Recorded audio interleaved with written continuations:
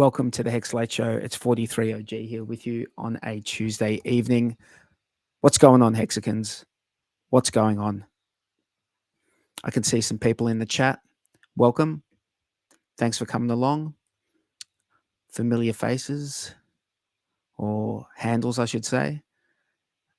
We've got Red Squirrel, Hex Ninja Turtle, Hex Enthusiast, Steve Mc1966, Crypto Claz, Dingo Wolf, Tin Top, Hex Machine, Expedition. We've got some new names. We've got PDC. I'm not sure if I've seen PDC around. Who else have we got? We got Hex Please Canada. And a few other people. We got Hex in SB, Patricia Lopez. And I'm sure there'll be more. I want to chat to you guys about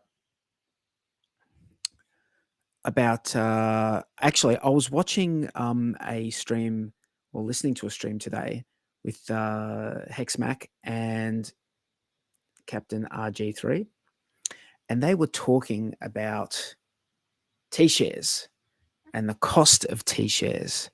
And I thought, what a great way to start the stream. Let's have a look at the cost of T-shares. So, and I know there are charts out there that chart all of this, but I just want to do the calculations and put it into perspective. Because right now, at this very moment, a T-share on Ethereum, a Hex T-share on the Ethereum network costs $97. That's $97 for a T-share. And that's for a short length T-share. Like if you stake for 1 day, it's $97. If you stake for the longest term possible, the cost of that T-share is reduced down to only $32.33. That's on the Ethereum network. So what does that mean? Well, what I did is I jumped on to Etherscan, and I just went and had a look at who had made a stake the most recently. And I just grabbed one from a few minutes ago. I'll jump into the portfolio section of gopulse.com. I'm going to paste that address in there. I have no idea whose address that is. No idea whatsoever. But they've got a stake there. They've got one stake. And if I click on that little icon, we can see that they're a turtle. And they have they have, how does it work? Let me, they have at least they have 19 T shares. Here it is up the top there, 19 T shares. But to be a turtle, you need at least 9.84 T shares.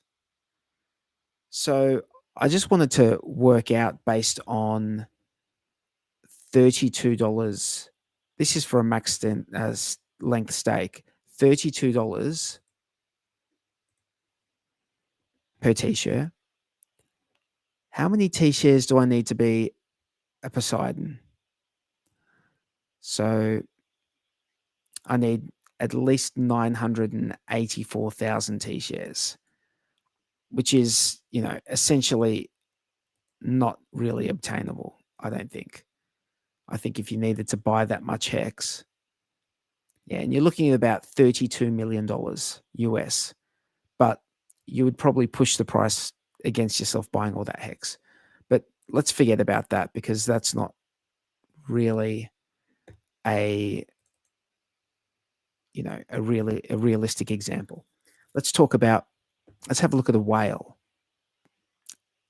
I'll just round it up, $33 a T share multiplied by 98,000 T shares to be a whale. So a whale, $3.2 million to be a whale in HEX, which, by the way, I believe there's like less than 10 whales. I could be wrong, but I believe that there's less than 10 whales.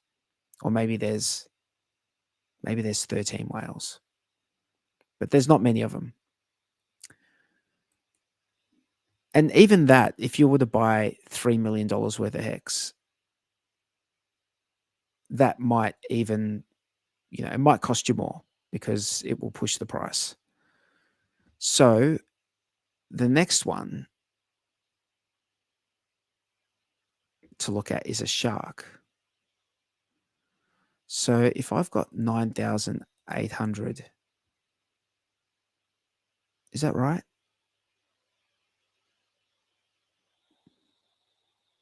To be a shark, you need 9,800 T shares times 33 is $323,000.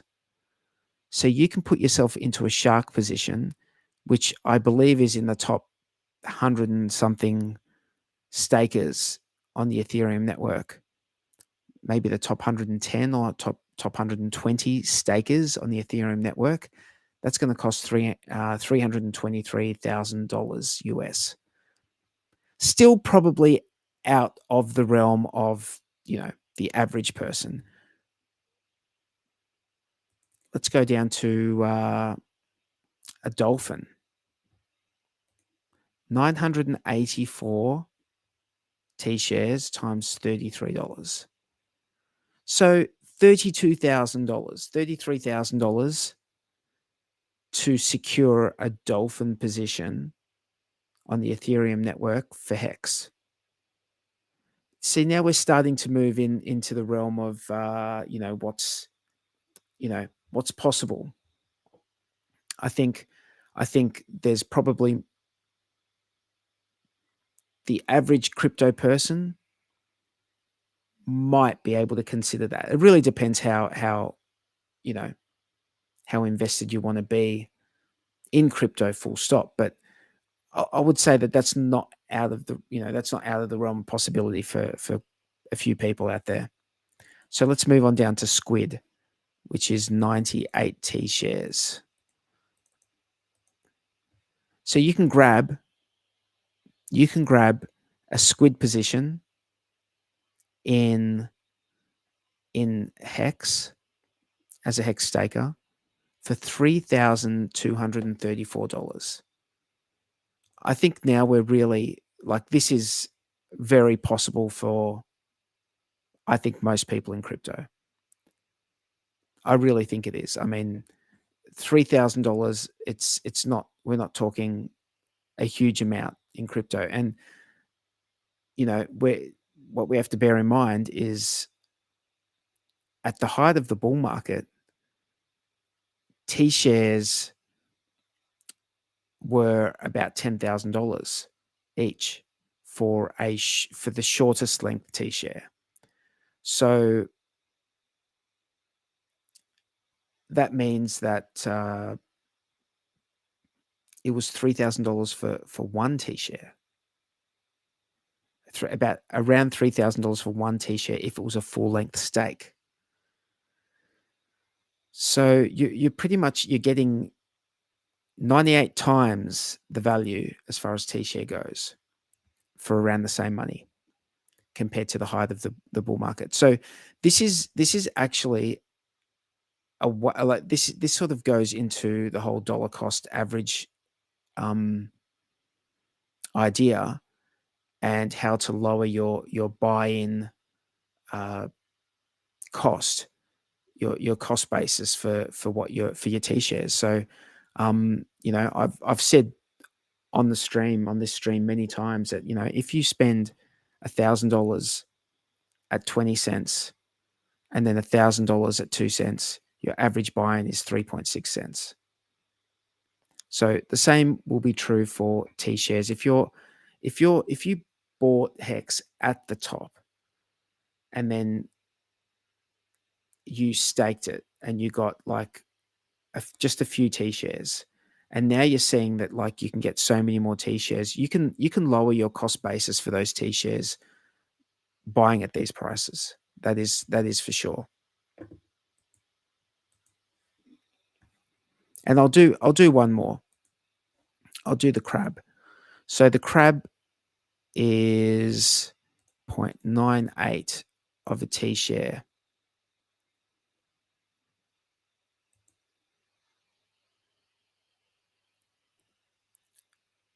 We're at $33.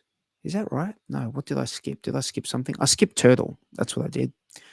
So a turtle is 9.84 T-shares times 33. So a turtle position on the HEX contract on Ethereum is $324, $325. Pretty good. I think there's a bit of opportunity there for people. Now let me jump across and have a look at. Let me have a look at PulseChain. So things are a bit different on PulseChain. I mean, the price is significantly higher for your HEX on PulseChain. It's so you've got $237 for a short for a T-share for a short-term stake. 1 day, 2 days, a week, a few weeks. It's going to cost you around $237 US at the moment for one T-share. However, if that stake was to be pushed out 10 years or more, you're going to reduce that T-share price down to $79. $79 a T-share. So we'll just run through these quickly. And I think we can safely start at Shark. Hey, I don't think we need to start at Whale. Let's start at Shark. If you want to secure a Shark position. So being a Shark, as I said before, you're talking about being in the top like 150 stakers. So I'm going to multiply 79 by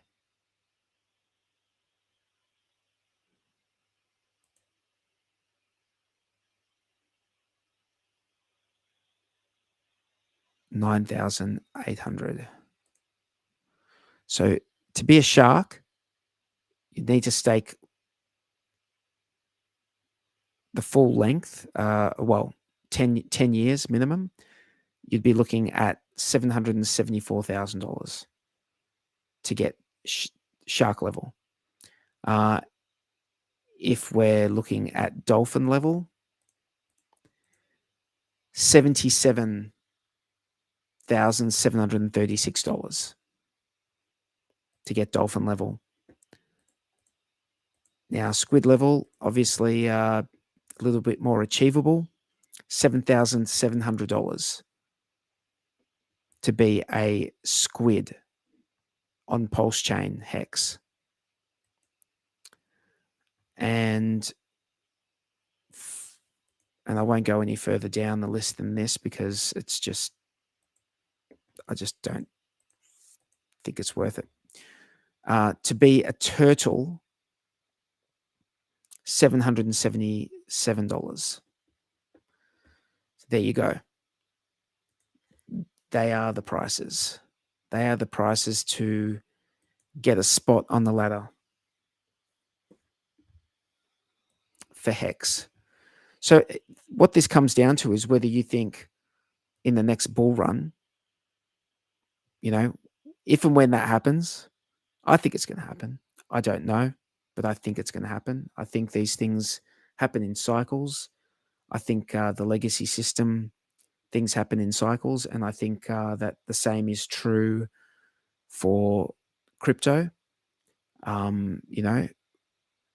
With history as our guide, I think we can look back and say, things have happened with some sort of rhythm to it. When's it going to happen? I think most of us would say as soon as possible, please. But it's really hard to know. I think some macro things come into play, and where some macro things are coming into it, and it's hard to say. I hope as soon as possible. It'd be nice if we had some sort of rally, if not late this year, early next year. But when is the bull run when is the proper FOMO bull run coming? When are we going to get back to all-time highs? If we get back to all-time highs, when's that going to happen? Your guess is as good as mine. But so let me see what's going on in the chat here. And I think someone should be coming along tonight.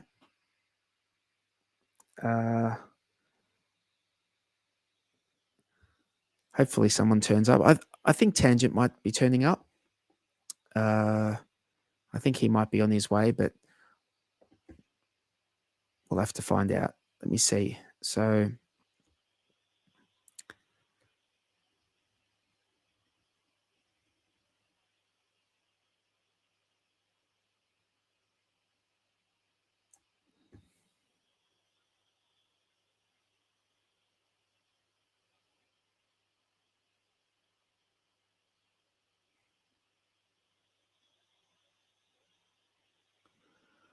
Johnny Case is saying, if you were to buy 1 million HEX on the ETH side, the price 4x's. Oh, really?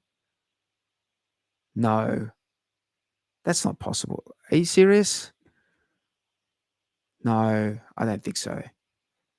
Is that real? I don't think so. I don't think that's real. It depends. Hang on, let me have a look. Let me have a look here. So let's have a look. I'll bring up Dex Screener here. We can have a look at the hexes on Ethereum. This one's got 352 liquidity. This one's got 426 liquidity. This one's got 1.1 million of liquidity. Do you mean $1 million worth of HEX?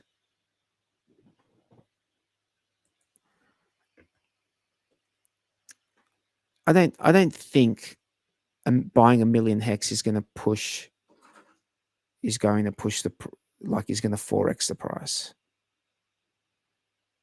Although I should bring something up. Do you know what you could do?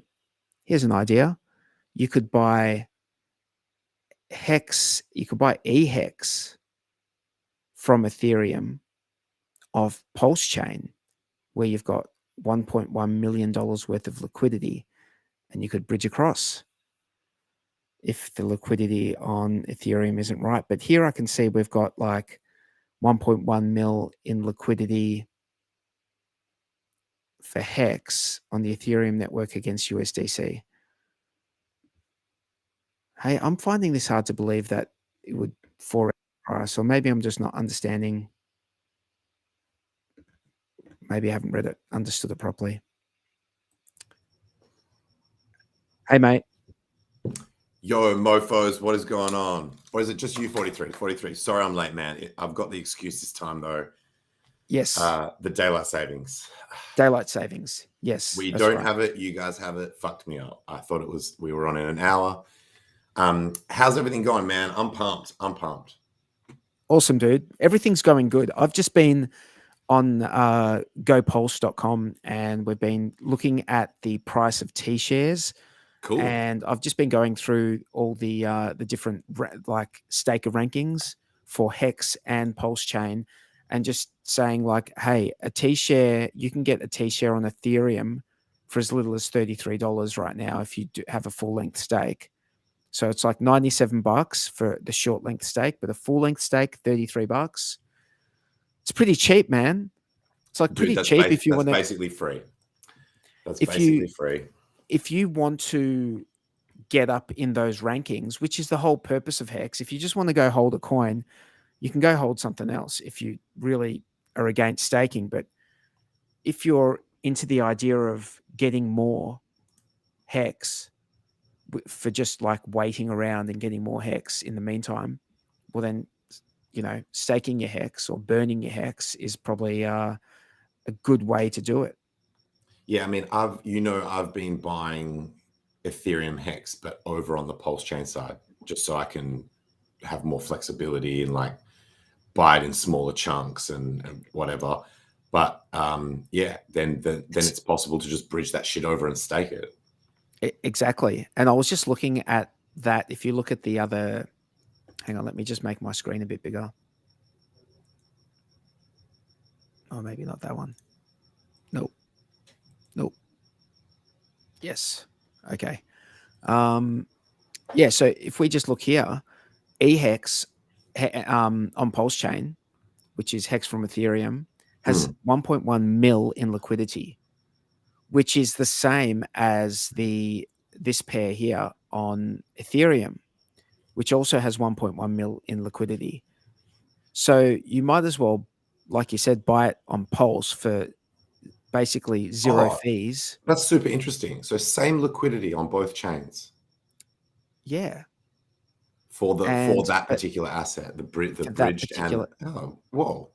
And the other thing is that if you have a look, the volume on PulseChain is actually slightly higher. That's what I would expect, because you can do it with no fees, basically. Yeah, exactly. So yeah, man, I'm on the record. What was it, like 2 weeks ago?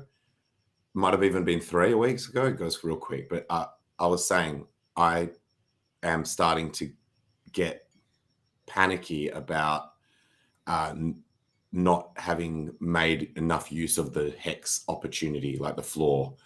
And I've been like dicking around with, just distracted on other things, like financially and otherwise. And at some point, and in fact, dude, I haven't even dropped this idea on this show yet. So, you know how there were quite a few EES, like emergency end stakes that occurred, like a lot. And some of them were large and some of them were like very long, so that the person basically just completely nuked the whole thing, right? Okay, yep. Yes, like you agree, right? Like like as we went down and down and down and down and down, when people started panic selling, people started also panic EESing, right? So I'm not sure if you were seeing those ones. People were highlighting them on Twitter, being like, look at this stake, they just EES, they got like literally nothing. Like it was like they took like a 99.9999% hit because the stake was so long. It was like 10 and 15 year stakes that they were ending after like a couple of years less. So they just completely nuke themselves. And what I don't think people have been realized, or if people have realized that they haven't been publicizing it, is the majority of that hex goes to the OA. And so if we're still believing and pitching, When you say the there's like half majority, or some shit. when you say the Yeah, it's half, yep, right? yep.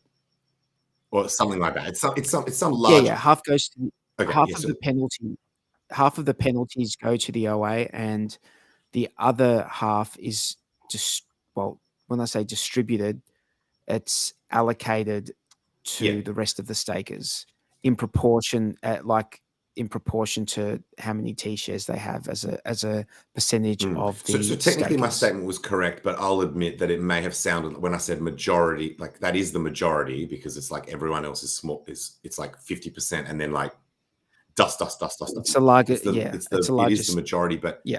I admit that majority may have sounded like that I was implying that it was like almost all of it, right? Like in terms of the context. So that's a more accurate way of saying it, that half, but a lot, right? So if we're still believing and promoting the narrative that the OA doesn't sell, which I believe to be the case, like I haven't seen anyone present any on-chain evidence to the contrary, then what ends up happening is, of all of those EESs, and someone could go and do the math, but it's a lot, that effectively gets re-locked, but it's a pseudo lock where you're not seeing it in the number of T shares, but that hex has gone to a locking ground, which I know is like a trust me bro lock, but it's still a lock if we believe that OA narrative.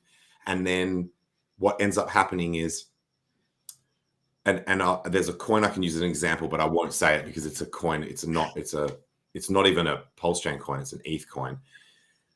You end up getting a supply shock. So you end up getting that you don't notice this while the price is going down or sideways. But as soon as you have the price start to go up, you're missing all of that supply, and no one's noticed the entire time while it's been going down and sideways.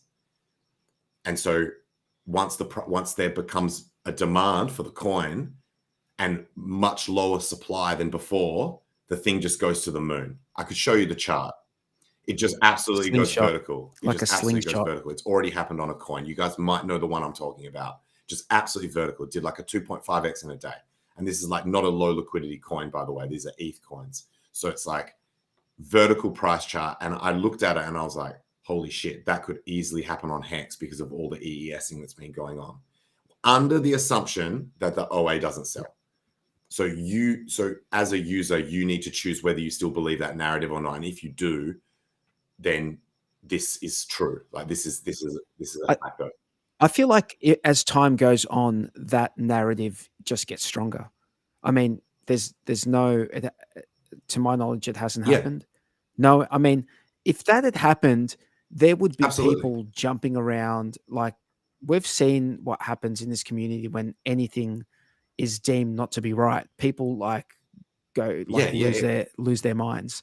So, I don't believe that to be the case. And for me, it just strengthens my belief that I don't think that. And by the way, I have never blocked a single human, even humans making threats, even by DMs, even humans saying outlandish stuff, rude shit to me and my friends, crazy shit, saying stuff like I've never. So I am not in an echo chamber, is what I'm trying to say. So even if some of you might be thinking, oh, well, I wouldn't know because I've blocked all the haters, I would know. My Twitter would know that if someone was saying some outlandish accusations against Richard or you HEX, invite the haters. Yeah, man. Like, do you know what, dude? One day recently, I woke up and my entire notification list was just one guy. And I was like, man, do I block this guy? Not because I can't handle the content, but just because it's actually inconveniencing me it's blown my notification list up with one dude. And this guy's not even that bad. This guy's not a psycho, by the way. This guy's not like, he's not even tapped. This is just Bitcoiner. And I didn't block him. Yeah, I Is didn't that who block. I I think it didn't is? block him because it was a one-off. It was a one-off as well, and he's not like crazy. Like he's not. Well, he's not crazy at all. I think he's sane. But yeah, it's probably who you're thinking of. It was just this one-off thing. It was like I think there was just so many replies going on that one thread, and it was like obviously it was like Hex versus Bitcoin stuff, but his stuff's normally like pretty reasonable with how he says stuff. But on this particular thread, he was just making these statements that didn't make sense, and you know, what's That guy spends a disproportionate amount of time on Hex. Like I think that guy deep down has a hard on for Hex. I think he actually deep down he's loves kind of Hex. got that Eric Wall kind of And vibe where he still enjoys interacting with the Hex community, even if you take what he says at face value that he doesn't like Hex. That might actually be true, but he definitely likes spending time with the Hex community. He's in all my Twitter spaces. He's always interacting with people on Hex. yeah, But I've always said it's probably because we're the most active he and loves it. engaged community. And Bro, he loves us. we've got a lot of This is where, like, we're his friends. We're his friends, man. He sees us as friends, like frenemy type friends, man. He actually did say one I time in know a it. Twitter space, he can was like, feel I it. bet, because he's in Australia as well, but on the other side. And he actually said once, he was like, I bet if we were in the same city, we would be mates. He said that about me and him. So, like, Bro, like who are like if you meet anyone in like in real life who's into crypto, your mates. Like it's not yeah, like that's you. true, Do you actually. know what I mean? Like because like there's even if they're into like some other like they're into XRP whatever, you still mate. It's just like how can I not like this person? At least they're into the like sort of generally into the same shit I am. Do you know what? I met know? an XRP bro once, like full on hardcore XRP bro. And he, like, when he said it, when he was like, when we worked out that we were both into crypto, because I think it was I was wearing a Hex t-shirt or something. We were like, oh, sick. And then when he was like, oh, my favorite coin is XRP, I was like, I jokingly said, oh, bro, we can't hang. And then, but then he pulled me up on it seriously. And he was like, why do you say that, man? Like, I know you're joking, but like, you know, and I went through all the stuff that I don't like about XRP. And then we talked about it. And he was like, dude, you've got the coins that you like, and I respect that. And these are the coins that I like, and I just want you to like. He's like, I don't expect you to change your mind. I don't expect you to like the same coins as me. I'm not going to try and convince you, but all I ask is that you just respect my right to like. And I perceived that he was younger than me, and I was like, I'm getting like out matured by a dude that's younger than me. Like I need to like turn down the volume on the like anti XRP shit, like, you know what I mean? And now they're part of our community. Well, did you I hear had about someone. that? I think I did tell you. Like there's the HEX RP bros, which are basically like XRP bros that have come to Right. Are PulseChain there really? for the PDI ecosystem pumps, and they call themselves the HEX RP army. Yep. Yo, I got soft shield like by an XRP guy, like who is sort of in friend like my kids' friend's parent group of people that, you know, are around the place. But he soft shielded me like in such an interesting way. Like he's like, oh, have you heard of ISO 20022? And I'm like, No. no, like, what is it, the stat, like, what sort of standard is it? And it's like, oh, you know, he started telling me about, like, you know, how it defines what did he say? Something along, it defines what the way money should be coded or some shit like that. I don't know. But being ISO, it's an look it up. international standard, right? So this is not just to do with crypto. This is broader than that. Yeah. Yeah, but I think it's to do with. It was to do with my anyway. It's XRP's already compliant with that shit. That's like one of their selling points. They're just like, oh, the people in XRP would like everyone to have to be like all cryptos to have to be then they're already compliant ahead of the with that curve, shit. sort of thing. That's their angle. So that was his angle of him soft chilling me into XRP. We had a I guy shut that come shit down into a straight Twitter away. space. I'm like, I don't need a fucking ISO, like a set of like rules outside of code itself to govern crypto. Yeah, I only exactly. need the It's fucking code. self-governing. It's self-governing. What That's is the this point. like nonsense?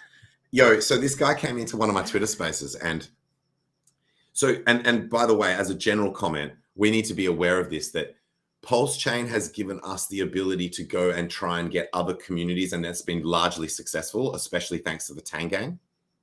That basically we've got these multi-chain communities and we're bringing them in, but it also opens the door to other communities being allowed, sort of like it allows them to come in and shill to us by a similar mechanism in reverse, right? It's the fact that it's like, hey guys, you've got this chain that has all of these coins already on it, and let's try and get community X to come over to PulseChain, but the community they're talking about, they're shilling their coin.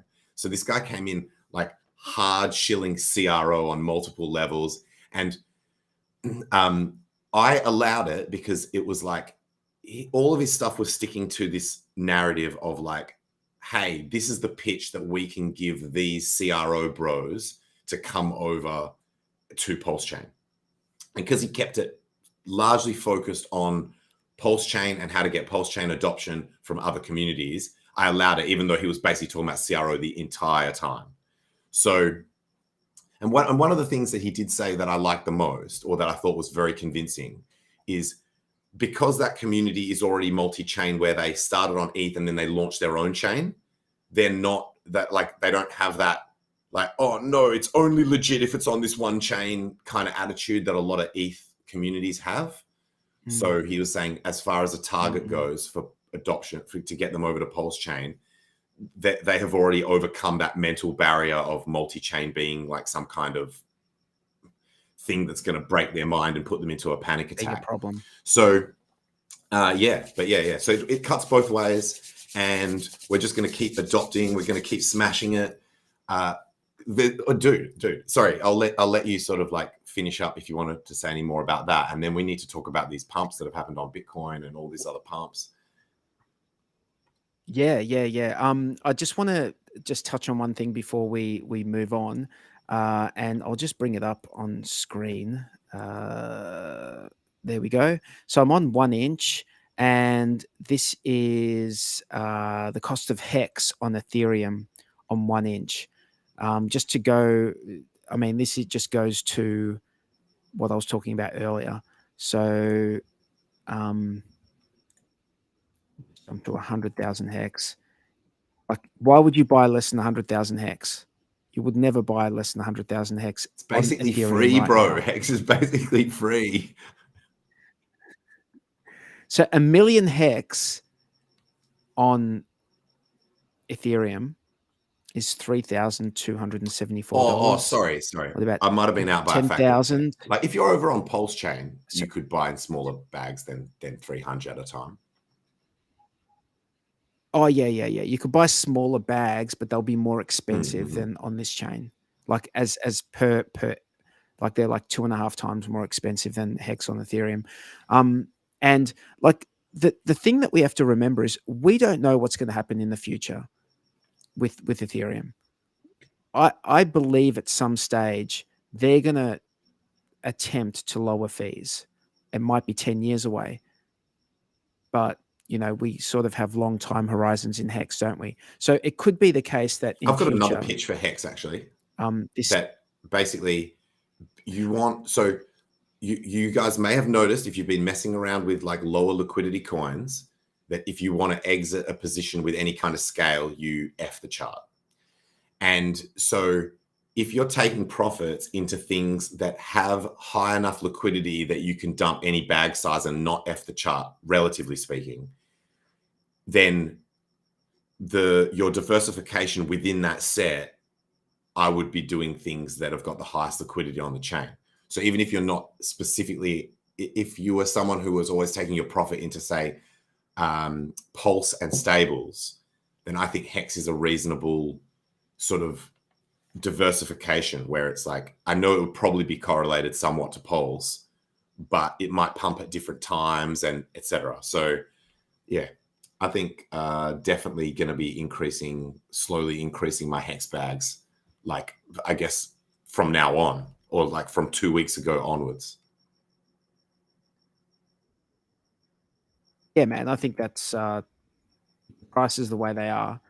DCA is it's good idea.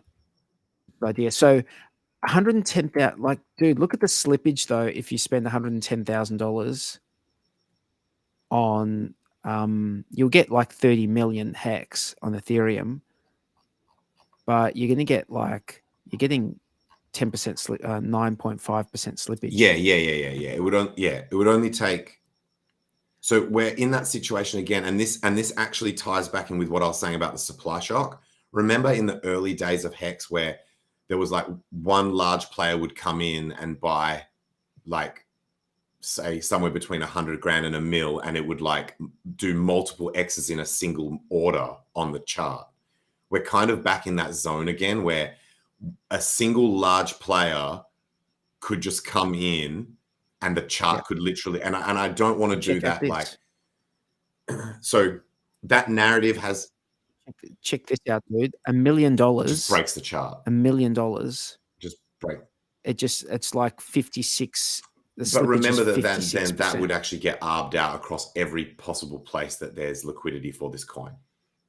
So I think it would be more. Yeah. Does ETH have anything as elite as Proteus?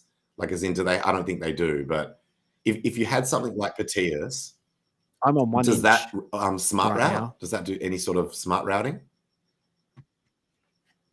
I thought it did, but I don't know. I just assumed it did. I can't even. I don't even bother with Matcha now because Matcha just got all funky with our shit and started censoring the HEX contract. Like I checked with. I didn't check with the Proteus team, but I checked with people that should know the answer to this. That whether Proteus's routing will be able to handle the V3, the Uniswap V3 asymmetric style LPs. And the people that I was talking to, they're all giga chads and devs and shit. And they were like, yeah, absolutely. That's no problem. It's like, it's just another liquidity source. It doesn't confuse. Those guys really seem like they know their shit, because this is how much I think that they're really good at their shit, because they didn't, when I wanted to speak to them, they didn't even have like a person that they were confident would be able to handle like a discussion in English. So they're like, you know, I think they know their dev stuff. Like, I think they're elite, like but the marketing side, they're not English is not. I think they said that English is not their first language.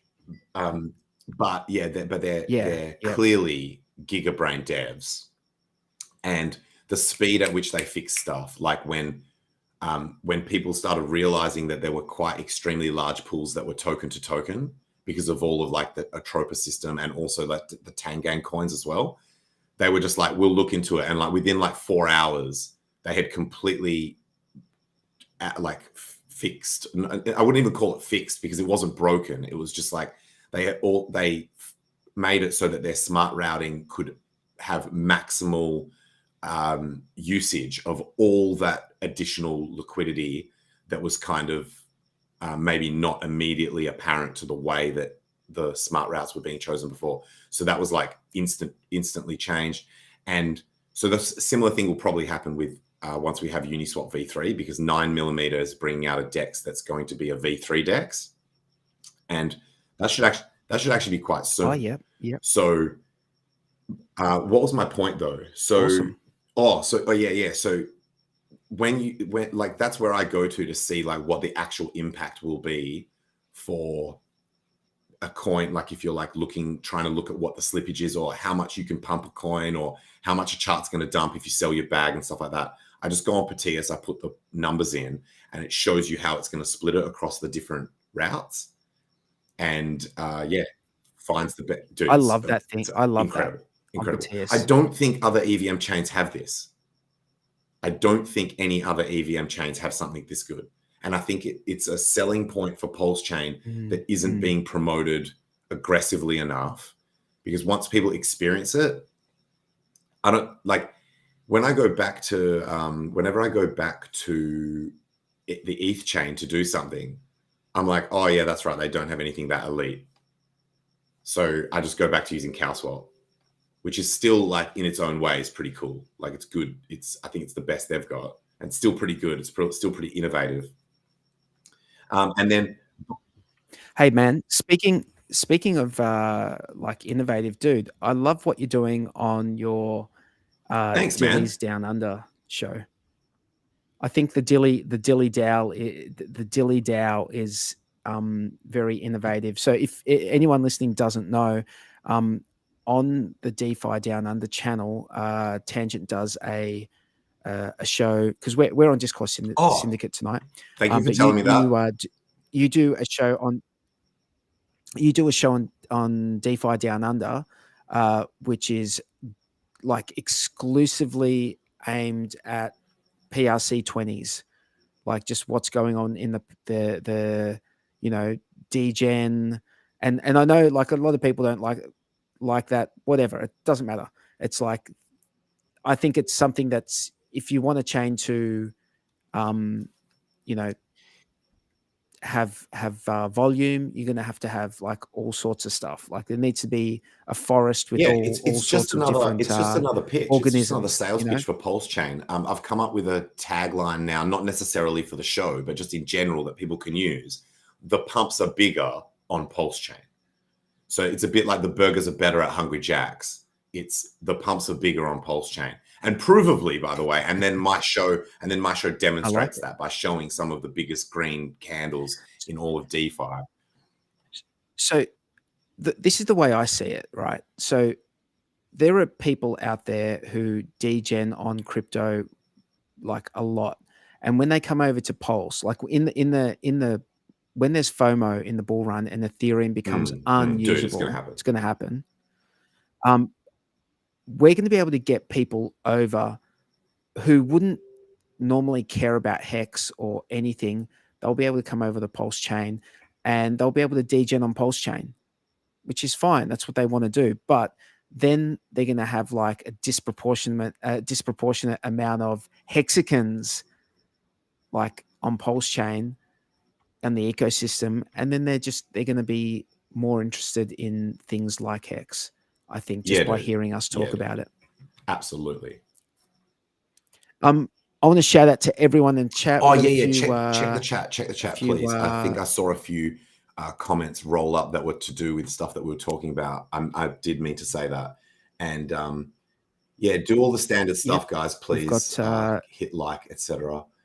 And yeah, man, the show's been really good. I've been really impressed with the activity and that sort of thing, the participation rate pre-bull. Dude, you've been doing an amazing job on that. It's been surprisingly popular. Like people have been really getting involved. It's been really good. And obviously shout out to the Tang Gang for that initial boost and support to get the show off the ground. That was really critical. Dude, I heard Ran Nuno, or whatever his name is, talking about how he's doing these new Twitter spaces with like Mario and some other guy. It might be the Wolf of Wall Street guy, or Wolf whatever, or Wolf of All Streets, whatever. Right? I think the three of them are doing like a Twitter space thing. Everyone thinks it's Mario's, but like apparently it's meant to be all three of theirs. And they were saying, if we can get it so that every third show is sponsored, and then aim to try and get every second show sponsored, and then by the time the bull market's kicking fully in, every show sponsored, then I think that'll be doing really well. And I was thinking, holy hell, like this Dilly DAO show, even though it's not sponsorship, but it requires the token gating. That's every show. Every single show of mine is completely full with too many coins. I have to leave some coins off for the next show sometimes because there's just too many coins that are token gating into the show. And so their shit with their like hundreds of thousands of followers each are struggling to get consistent sponsorship. And like I said, technically this is not sponsorship, it's dilly DAO token gating, but you see what I'm saying, right? In terms of, I'm talking in terms of participation of, like paid participation. And that really, when I heard that, I was like, holy shit, like that's actually makes it even more significant. So we're being asked to chill on the word like. I have noticed that reviewing my own content lately. I normally don't use fill words like and ah. And then a couple of times I've been going back and listening to my content just to check that it's, check the audio, check that it's not completely ridiculous, and notice that I was saying like and ah in my content. And I do try to not do that. So thank you. Thank you for bringing that to my conscious mind. And I will attempt to ensure that my sentences are clean. What's up, Axis Alive? Axis, what's going on, man? I heard that Axis was on Crypto 7. I think Crypto 7 had Axis or Walrus, or maybe both of them on. Oh, dude. Oh, bro. Oh, really? I gotta go check yes. I've got written notes here. Quotes, not direct quotes, but just ideas that Walrus said in a Twitter space, and I had to write them down. They were that good. Let me know when there's a spot, I'll drop them in. But that just reminded me. And so, yeah. Well, dude, drop them in. I'm saying g'day to Dozza. What's going on, bro? Okay. But yeah, and I actually asked his permission. I went up on the stage to ask his permission to drop them in this very show. So I'm glad that happened to remind. Okay. He dropped this analogy of crypto and psychedelics, right? Where like most people's crypto experience follows the arc of a psychedelic trip, where you start off, you get in, you start having a fun time. And then shit just starts getting, like, as you go deeper, shit just starts getting weird. And you start to think, oh shit, I might not be able to handle this. Like, oh, this is getting like too crazy. You want to the way he said it is like, you want to call one of your parents up. You want to call one of your parents up and ask for help. Like, or like choose your own one, maybe an ambulance, or you want to call an ambulance or something shit like that. But then if you stick with it, you eventually get through to a place where you break the illusion of what you thought. It changes your perspective on things. It breaks the illusion. And I'm building on his analogy a little bit here, but and you end up coming out the other side with you survived the experience, you have a refreshed perspective on life, and you've sort of like shattered the matrix a little bit, where you see you see the fallacies and the fraudulent nature of the world that you were living in, and effectively you end up with a better life, and then etc. So it's like, I thought that was a perfect analogy for the crypto experience in general. Fun at the start and fun at the end, but it's got this bit in the middle which can be like, and maybe that can make you some people in that mid bit don't survive. Maybe stuck in the trip. I don't know, like whatever the so permanent damage. I thought that was amazing, because I was sort of thinking it through in my own experience and thinking you definitely do go through that part in crypto where you're just like, oh shit, what the hell? Like, this is not what I wanted. This is not help. And then the other one that he dropped, did you want to comment on that one? I want to hear the other one, mate. I want to hear the other one. That sounds, look, I don't know how much I can comment on psychedelics, but it sounds fun. I mean, even for people who haven't taken psychedelics, you can probably imagine that arc, right? Yeah. No. So I've definitely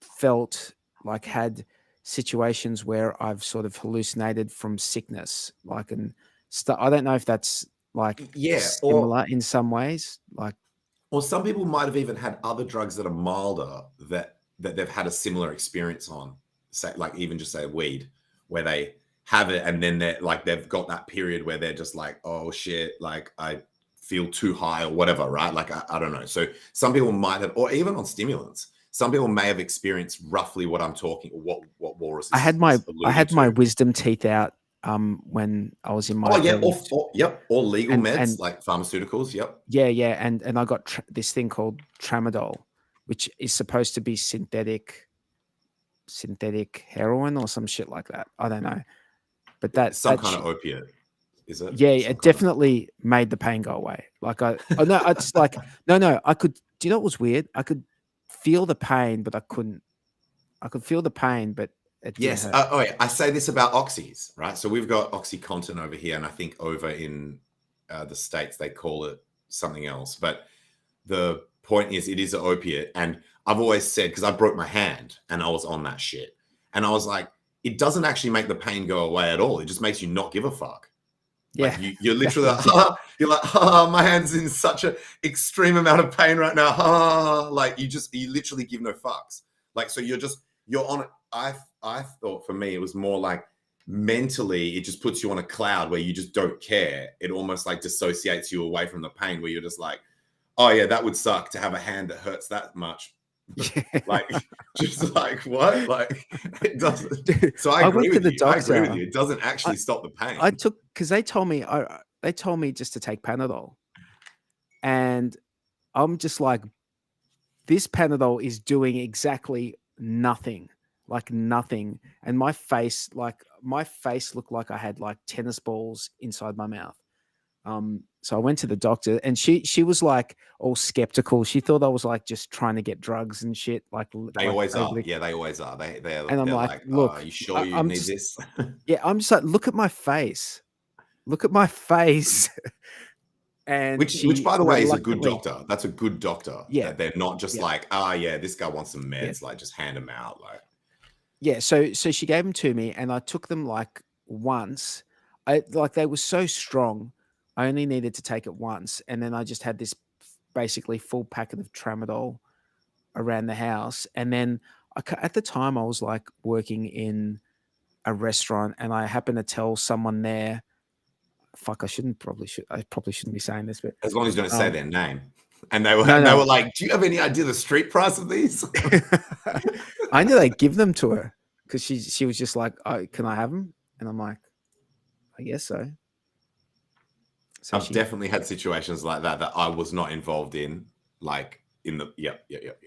Of people yeah, I being wasn't like, involved in this either. I didn't actually give them to her. This is just a story. It's a figment of my like it imagination. because basically there's a lot of this that happens, right? That people get meds and then they don't use them, and then that like they actually are popular street meds.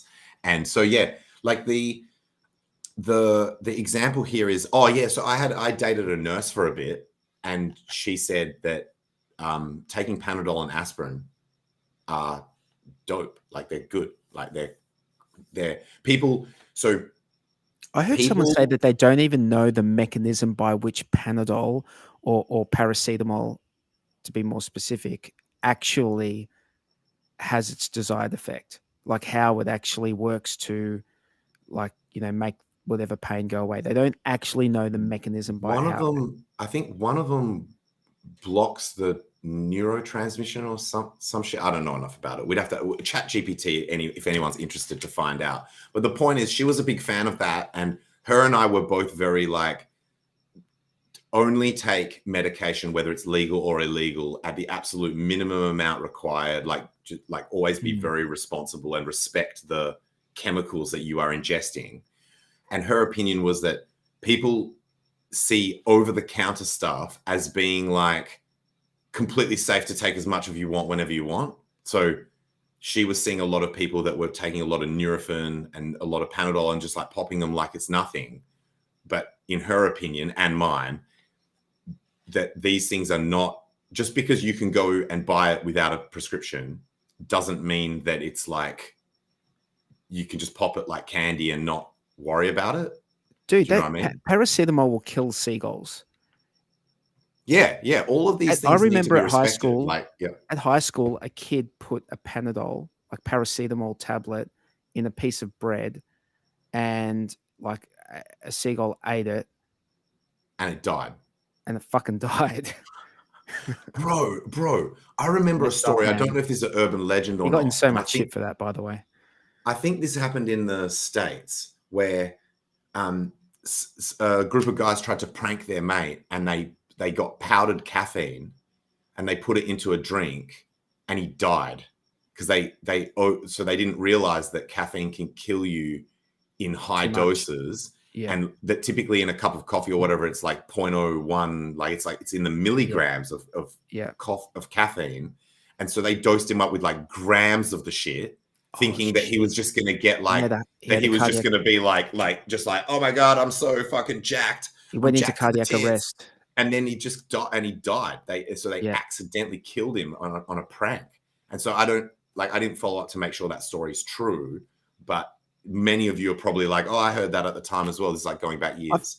Kids have died by drinking too much, like I want to say Red Bull, but I don't know what's Red Bull. Like Red Bull. A chick, a bartending chick in Perth died. She had drunk like somewhere between 8 and 10 Red Bulls to do this bar shift, because I think she hadn't slept the night before or whatever. So she was just like drinking Red Bull just continuously, thinking that it wouldn't matter. And we're talking like young, healthy, no previous like heart issues. If 2 Red Bulls can't get you through a shift, then maybe she had been up for more than she'd probably been up for maybe more than one night in a row, and also maybe other drugs as well. Who knows? So that's the thing here, right? Red Bull gets blamed because that's the only thing that they can publicly say that she took. She might have been on a whole range of other shit as well, right? So like alleged, like I'm not even alleging it. I'm just saying we don't know. There's cofactors, but they do think that her drinking 10 Red Bull or near 10 Red Bulls was a factor. Couldn't have helped. 10 Red Bulls, I think, is going to give you a heart attack, man. Yeah, it definitely wouldn't have helped. Did you hear about that kid I think it was in Australia, actually, the kid who he was just hanging out with his mates, and they dared him to eat a slug, and then he ate it, and it fucked him up, and like fucked him up bad, made him like quadriplegic. I think you told me about this. Oh my God, what? Yeah. No, it fucked him up, and then he died like about 5-6 years later. Like it totally fucked him up. Like it was like he got poisoned badly. So he actually ate. He didn't just put it in his mouth. He actually ate it. No, he ate it. Oh fuck. So they must have just thought, hey, it's just a fucking slug. Yeah, that shit's fucking poisonous, man. That's why we don't eat slugs. You know, I was at a party once where someone said, this guy was like, there was a cockroach somewhere, and someone was like, I'll give someone $50 if they put the cockroach in their mouth. And there was a dude there that was like, he actually took the time to refine the rule set. He's like, how long does it need to be in my mouth? Can I spit it out afterwards? Whatever. And this guy was just like, obviously he was down to do it.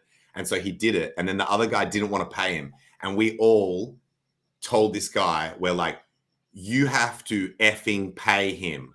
Like you cannot back out of this now. You said it. And then you didn't say, no, I was only joking when he went to go and do it. Like you owe him that money. And this dude didn't want to pay up. Definitely. And we were like, you are paying him. Like, and so the entire party, like it was only like maybe 20 of us there, but we were like, dude, you are paying him. Like that. This what a is fucking scumbag. That was like a scumbag, man. And I didn't know how many parties, you know how many parties there are where that would have just like, no one would have given a shit. I'm glad that like you guys actually banded together to protect that dude, because he fucking risked quadriplegia. Maybe not, because he was allowed to spit it out afterwards. It's just a cockroach, but I was like disgusted by the way. I was like, I cannot believe you just did that. And for him, I don't even think he was trying to get the money. I think he was the sort of person that wanted to do crazy shit anyway. So So for him, it was like a win. It was a win-win, right? He gets $50 and he gets to do some like wild shit that's going to like create stories and have people like, dude, he put a cockroach in his mouth or whatever. But yeah, man, like I found out afterwards from Fred, because I didn't know that the guy that made the offer, I didn't know him that well. And people were saying he's a real cheap ass. So that would have been like extremely painful for him to have to part with the $50. And keep in mind that maybe back then $50 was actually worth something. So you know what I mean? Like that would have actually been a lot of that would have been a big amount of money. That has to be a guy in his early 20s. It has to be a guy in his early 20s before his frontal lobe is fully formed, because no 30-year-old man is walking around fucking happy to put cockroaches in their mouth. Oh, you're talking about the guy who did it. Yeah. Yeah, this story is going back a bit. Like this story is an old story. Yeah. Like I said, back when $50, like say like a decade ago or some shit, or more, when $50 was actually worth something. But we'll quickly get back to crypto. With this other thing that Walrus said. And all that sidetrack, we're going to blame Walrus. That was Walrus's fault, not mine. Yes. Even though my name is Tangent, that sideline, that drug, talking about like pharmaceutical meds and shit. So this one, I don't know what was more epic, man. Both of them are epic, but this one I think is like, I'm like, oh, holy shit, this is like the truest shit I've ever heard about crypto. And it's actually life in general. He was saying that if you look at where people, like how people invest, they're typically at the extreme ends of the risk reward spectrum. So you've got people that, so he said, if you look at what people spend the most of their money on in terms of investments, it's like 401k and lottery tickets. And he's like, how can you reconcile that these are such extremely different ends of the spectrum, and yet they're the most popular? Shouldn't humans either be like this one or this one as the general, like as the most popular? But what he's basically saying is people either want the super safe, this is like super safe, I can just put it in and forget about it and build wealth over time as part of their stuff, or I'm going to take a chance and get richer than Elon Musk in like overnight. They're the ones that have the most appeal. All of the stuff that's in the middle doesn't tend to have as much desire for people to get in on. And this is further highlighted. So that's one example, that whole, like, if you look at where people spend their money, how lottery tickets and 401k, which is like American super, that they tend to be like where the majority of the funds are invested.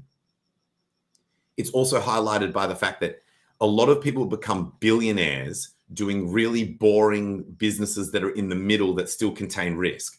So when you meet a billionaire and you're like, how'd you become a billionaire? And they're like, oh, in packaging or shipping or like some kind of like online commerce or something, that it's like, it's too risky for the people who just want the like super safe shit. They're like, no, that's too risky. Starting a business, it might not go well. I could become bankrupt. I'm not willing to take that risk. But it's not risky enough for the people who want I want to get richer than Elon Musk overnight. So it's also a lot of hard work that people know that starting a business is hard work, or maybe the people who have any chance of it being a business that does well will know that it's going to be a hard work. And some people will avoid that because having your own business means working long hours, working weekends, not having public holidays, like basically sacrificing all those creature benefits that you get by just being a 9-to-5, like Monday to Friday worker.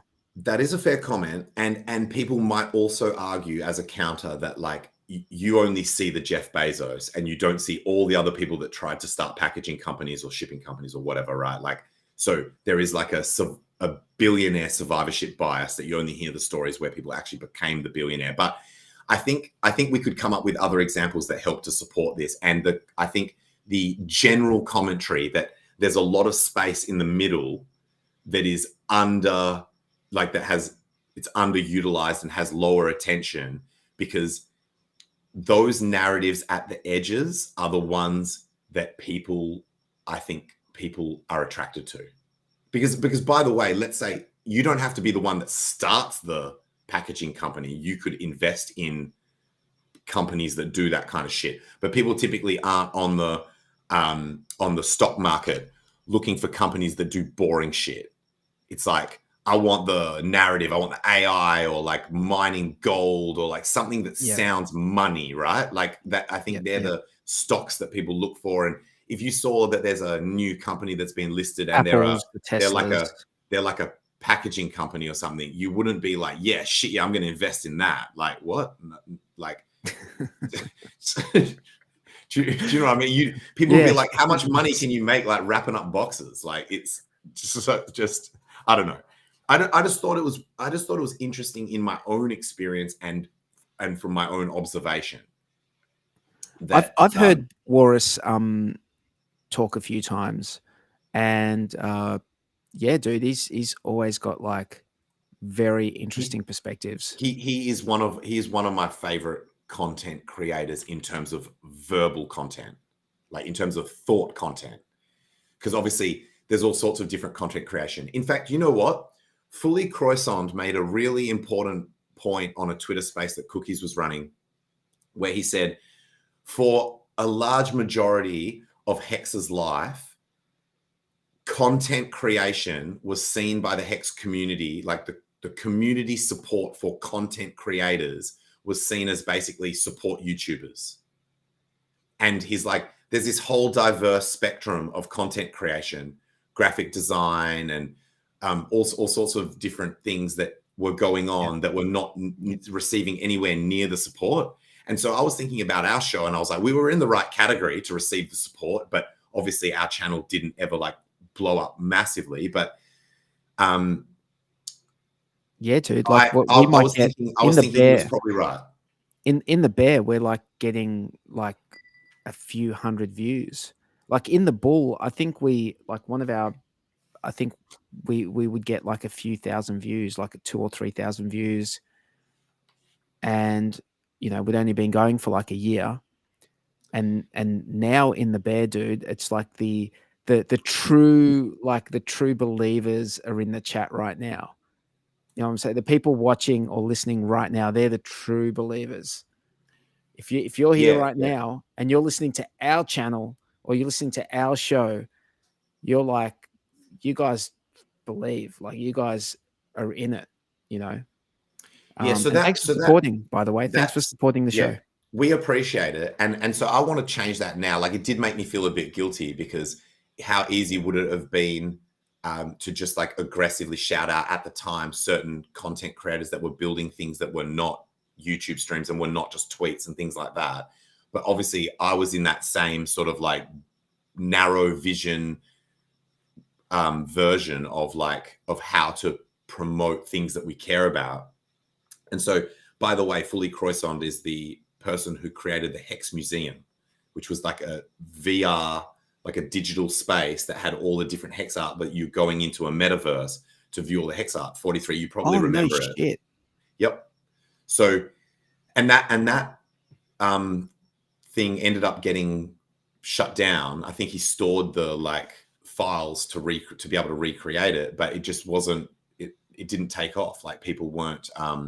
Like, I went in there a couple of times and was really impressed. I think it was that 2-story shit where you could go up the stairs and you're basically in a metaverse looking at all the different art that people had created in the HEX community. And so, yeah, and that's not the only, and graphic design isn't the only form of content either. Like, so it's memes, you know, music, memes, heaps of shit, right? Like the thought content, people creating security products. Like, and I know that got a bit of airtime because people were like focused on security and that sort of thing, but there's just so much, there is so much content that gets created that's valuable within our community. And it's, So I'm going to try and do a better job of like supporting the creators that are making our ecosystem vibrant and from now on, or like more so from now on. And So as the bull rolls in, whenever it does, you know, maybe later this year, maybe next year, maybe the year bro. after, whenever it is. This year. At some Dude, stage, did you see the candle on Bitcoin that happened the other day? Oh, yeah. I want to dude, talk. it's done. It's done. There's no So- more of this. so- I don't want to hear any more of this. The bull market might be in 2026 nonsense. Can I hang on? I just want to clarify what I mean by that. I mean the FOMO, like all-time high. The FOMO, vertical, the vertical stuff. That could blowing be like your face back, like as if you're on, like you're sitting in the front carriage of a bullet train with no like windscreen, like your face being blown back. That 0 crazy to 100 real quick. That could be next year. I'll admit that. But we're gonna be. But in terms of like, in terms of everyone finally admitting that we are in a bull market, that's this year. This year, I'm calling it that we will see a majority of people admitting that we're in a bull market. Like, we've been in a bull market all year, but we will have the majority of people admitting it by the end of this year, is my prediction. Cool. Because we've still got people, which makes me very happy, by the way. We need a lot of people to stay bearish. So it makes my day every time I hear someone say that we're still going to 11K, that we're going to pull back to 20K, that this is a fake out, and that the bears are the bulls are going to get wrecked because they think it's bullish and they're going to get wrecked. I love hearing that shit. Bring it. The more I hear that stuff, the more bullish I get. I don't think anyone can ever rule out anything. Like, of course, anything can happen. Of course. Like, it can all go to zero. I feel like if we did go down, it would be super bullish. quick. It's still bullish. It would be bullish in that it would be like a V shaped. Even if it wasn't, I would still be bullish. Even if it wasn't, like, so even if we did just started dog walking down to low 20s, I would be bullish the entire way down. Like, this chart, man, chart, holy shit. I'm bullish, dude. bro. Look at my avatar. Dude, did you see the weekly candle close? Did you see the monthly candle close? Do you want to bring it up? Yeah. Let's bring it up, because I think this is highlighting what I've been saying all year about that we're in a bull market. I've got a video from your stream, dude, that I need some clarification on something. I'm interested. I'm interested to know. Maybe you can clarify for me. Shit. Now you all know, like those times where you're out with your girlfriend and she goes to the toilet and comes back in like 5 seconds, and you're like, what the actual shit? Now that I know that you can make it that fast, I'm pissed at, like, literally our entire relationship when you have spent like 45 fucking minutes every time you go to the bathroom. I've got a theory as to why females do that, but I'm not going to get into it here because this stream is about dildos.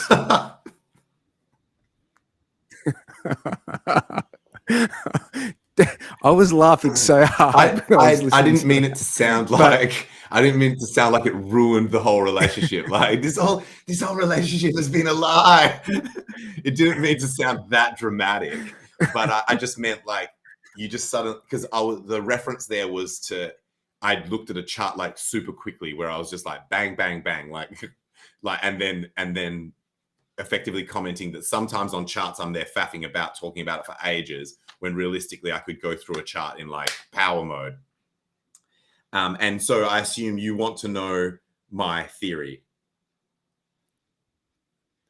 Well, I mean, I have to be honest, dude. I'm curious. I'm curious to know this theory because I respect your theories. Like, you know, my theory is that, and this is pretty immature, but so maybe this was like from back when, like, so perhaps this doesn't apply that now that people are becoming sort of like more. I think the world is waking up, right? Like, whether I'm just driving this narrative and on my timeline. But I think humans in general are going through an awakening. People are becoming more awake, and that is nothing to do with being woke. In fact, it's probably the opposite, or it's like pretty close to being antonyms. And so perhaps this isn't as relevant anymore as like people become more honest and more transparent. And maybe that's just because I'm doing it in my life that I have this perception that the rest of the world is doing it as well. But my theory was that so in the honeymoon period of a relationship, where it's like the no farting part of the relationship, I thought you might so be you going already this kind way. of guessed where I'm going with it. So that it wouldn't become hyper obvious whether your girlfriend is going number one or number two, she just stays in the bathroom for number two amount of time every time, so that then it becomes like you don't know whether she's going number one or number two. Okay. Because if it was like otherwise, you would know by the amount of time she's in the bathroom. So I thought that you maybe thought that, like, when they are really quick, maybe they just have to let one rip, and they just walk in there, let one rip, and then just walk back out. That's another plausible theory. But yeah, But that's interesting, the way that you say that they get that much. Like I'm Arkham's razor with this shit. So I reckon if they're super, but it's just like, but why? Yeah. But why? but maybe you're right. Maybe that could be, And the other, so could be possible.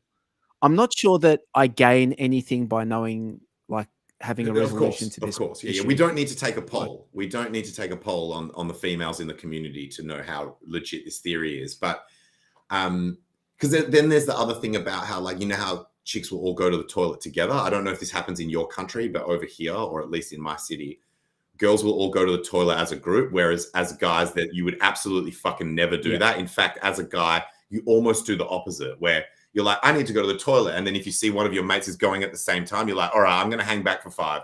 So it doesn't look like we're going to the toilet together. And like, so like that might sound homophobic, but it's just like, it's also just so it's not awkward that you're there, because by the way, as a guy, like it's dicks out for Harambe, like when you go to the toilet. So like you don't want to be there with people that you know. Although maybe some people could argue like, well, why do you want to get your dick out with a stranger? But it's not like that. It's like there's arguments in both directions. Some of my friends just decide to just go to the cubicles because they don't like getting stage fright. So it's toilet tactics, yo. It's sometimes it's more difficult than navigating the crypto space. But the point is that, the girls going to the toilet together as well could be kind of like a similar thing. I always thought that just came from, it's safer for girls. It's also that they can help each other with their makeup. I'm told they're like, we want to be able to actually fix each other's makeup, and so you need someone to help you do it. And also they might have, like, they might each take some stuff that they share around, like, you know, someone runs out of, or taking drugs, or like there's probably multiple reasons that they can, like, I don't know, share tampons or something. I don't fucking know. Not share the usage. Share the packet. Jesus. Look, I don't know about this shit, guys. Gift. I'm out of my ask me questions about crypto, damn it. Like So okay, so share this chart before we get this channel banned. Oh shit, we're actually on the channel that we can't get banned, bro. Like what made the decision to dual stream it or tri stream it or whatever this for this episode? So what I do is I do 1 week on DeFi Down Under, and then 1 week on Discourse Syndicate, just because I like streaming on Discourse Syndicate. These guys have been, like, awesome. I have a lot of respect for RG3 and Kinetics. They put a lot of effort into the community, and I feel like us streaming on their channel they've never asked us to leave. So as long as they don't ask us to leave, as long as they're happy to have us, I want to keep streaming on here, like every second week, because I thought if we do it every second week, for the week that we're not on Discourse Syndicate, people will come over to DeFi Down Under and then sub to us there. And so on we this can have the best of week, both like worlds. on this week and every second week, it's both, right? Oh, okay. Yeah. So DeFi Down Under is our. Originally, I set it up as, it wasn't called DeFi Down Under. I can't even remember what it used to be called, but it was more like. Shit, I can't remember either. Was it Aussie Hex Show or like DeFi Late Show? DeFi Late Show. Boom. DeFi Late Show. Is it DeFi Late Show? Yes. And that was, I set that up just to have a copy of all of our. See, Mom, I do have a good memory even though I smoke weed.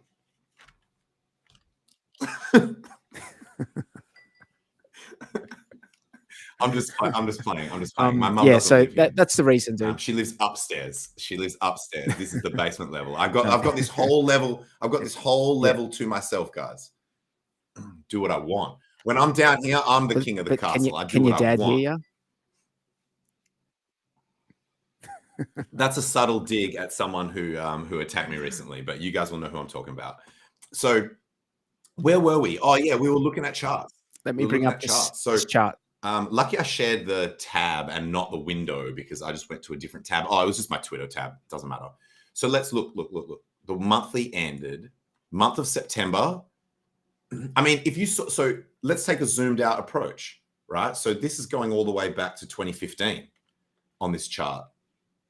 There's actually a chart that has the full history on TradingView called All Bitcoin, something like that. Anyway, so if you look at this chart, I would be bullish.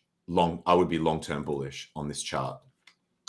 Like, as in, if I looked at this, I'd be like, yeah, okay, this looks like on a super high time frame, monthly, we've put in a higher low, bro. We have put in a higher low on the monthly chart, bro. So nice. That's in September, which is like everyone thought is always a red month or whatever. Even though I told them that's not how you do it. Like when you're dealing with a sample set of like 3, that you can't make statistically meaningful commentary. But anyway, that September, which is that month there, flipped the narrative on the people who do the history is the best predictor. We had a green month on September. And then people were basically saying, I think justifiably saying, this can go one of two ways. Because September was the opposite of what people expected, it could be a narrative of like, oh, well, maybe October will also be the opposite of what is expected. But that is effectively being a slave to this historical viewpoint where it's like, oh, well, now the model's broken. Now let's expect the opposite. And so I don't like that theory, but it's one theory that October could be down since September was up as effectively being not the standard, or that September month being up when September's typically down shows like a butt ton of strength, like relative strength, and that October is going to be even more crazy than regular October. And I like that one. So, and basically awesome. October came out the gate, bro. October come out the gate. Let's go straight to the daily, where that is the 1st of October. The biggest green candle that we've had on Bitcoin since, 29th of August. So a month ago, we had a candle like that as well, like a real big candle.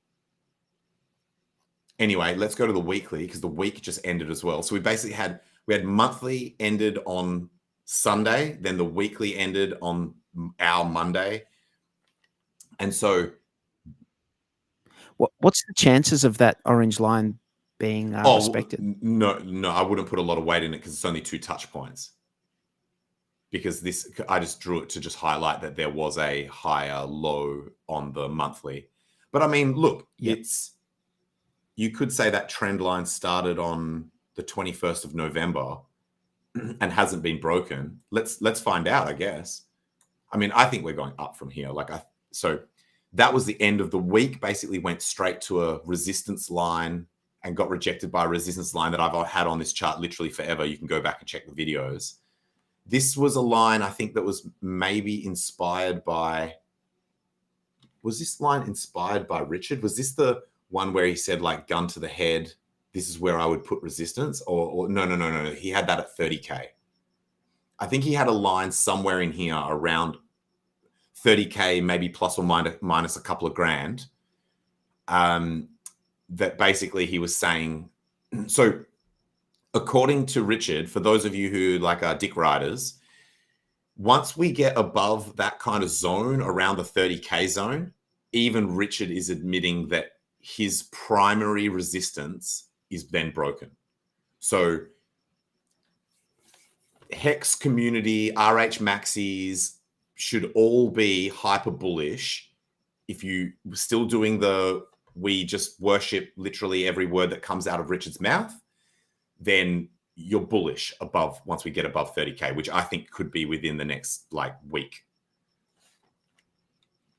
or two. Dude, I was so surprised to see us over. Oh yeah, it just ripped, bro. It just ripped. It just absolutely ripped. It's like everyone just finally woke up and was like, wait, oh shit, actually we do need to be positioned for this bull market, and just like aped in.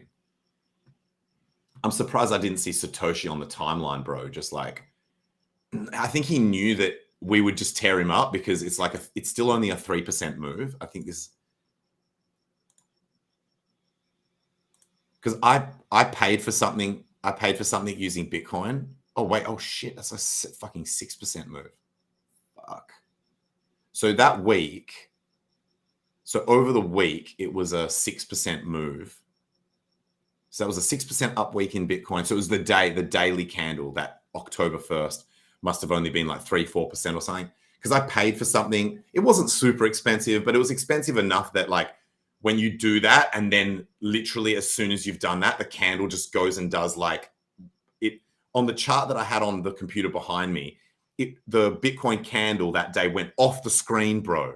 Like, so I looked at the chart, and the candle is like through the roof. And I'm like, fucking classic, bro. Fucking classic. That like, if I had paid for this shit 24 hours later, I would have got like been able to use less Bitcoin to make this purchase.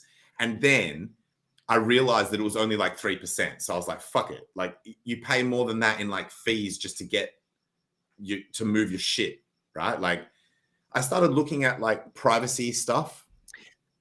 I would enjoy having a chat about that if you're keen. And so yeah, so that's it, guys. Like that. So this is, so obviously, isn't it weird how we like in crypto, like, you know, 5-10%, it's not a big deal, right? It's not a big deal. So got a family member who's selling property, and like they wanted a particular price. They wanted a particular price, and like they didn't want less than another price. So they had a range. They had their like minimum, like they're like, if someone offers below this, it's an immediate no sort of level. Yep. Yeah, but that range is only like, it was under 5%. Right, it was under 5%. On house money, that adds up, man. Like, as in, yeah, it adds up. But if you've got like, it adds up. But it's weird how like with a house, you know, you wouldn't want to lose more than that much, like, you know, or accept less than that much. But in crypto, you know, under certain circumstances, you'll just accept like 30% less, because like it's not going back up. For most people, they're flipping houses way less often, and there's you don't have that perception, that psychological safety of like, I can just make it back in the next trade. Like that's going to be it for a while, right? Like in terms of that investment strategy, it's not like you've got another bag of houses that you're like, oh yeah. So I think I think there's justification there for that kind of attitude, but notice that the velocity of the velocity of money when it comes to property and crypto you've just is just highlighted way another different. amazing reason why people should dabble in different arenas, because say like just playing around in crypto, even with small amounts, can help to sort of give you that different perspective on financial instruments and on risk and reward and that sort of thing. So by being that far out, like by going further out on the risk reward curve than what people are typically used to experiencing, that in itself can be valuable, so that now you've got a broader frame in which to view all of your stuff. So for either mental gymnastics and psychological trickery and cope that you want to do to yourself, or just so that you can reason through things better in future, you've experienced a more extreme asset class. So I think, and by the way, now's the perfect time for people to be fucking around with crypto if they're new to it, because you've basically got, this is from here on, it's going to be easy mode. Like it's going to be, and then the only trap becomes another round of people thinking that they're geniuses because they came in at the start of the most bullish sector of the market. So it's a lose-lose, by the way. It's a lose-lose. Crypto's a lose-lose, guys. You either get wrecked to learn the lesson early, but getting wrecked's not fun. In fact, let's reframe this as a win-win. It's a win-win, guys. You either make money or you learn the most important lesson up front, which is probably actually better. It's probably better to come into crypto and learn the lessons first, because if you don't, then you're going to be learning it with a much more scaled up. Your lessons are going to be much higher amounts of dollars, and so yeah, it's but everyone's journey is different. Hey, dude, I've got a riddle for you. Tell me if you've heard it. Yeah. I'll be honest. I'll admit if I already know the answer to it. So you've got two doors going out of a maze. One leads to safety, and the other leads to instant death. I was really hoping you weren't. And you've got two guards. Oh, is this the one always lies, one always tells the truth? I have heard it and I know the answer. Yeah, Do you want me to tell it to you? One. You ask one of them whether the other one lies. Is that right? Or you ask one of them whether the other one lies, and then that will tell. Oh no, you need well, that's sort of the right, that's the right thing, sort of, because the answer, it's going to be the opposite of the answer you get. No, hang on. You need to ask, which door will the other one tell me to go through? That's the question. Which door will the other guard tell me to go through? And if the lying guard, the honest guard is going to tell you, well, the lying guard's going to tell you the wrong door, which is door B. And the lying guard, so know, and then it needs to be door A. So they're both going to tell you the door to not go B. Sorry, they're going to they're both going to The lying guard is going to say that the honest guard is going to tell you door B, because he's lying about what the honest guy would say. So in both situations, both of them telling you the opposite, one lie, like as in, so you've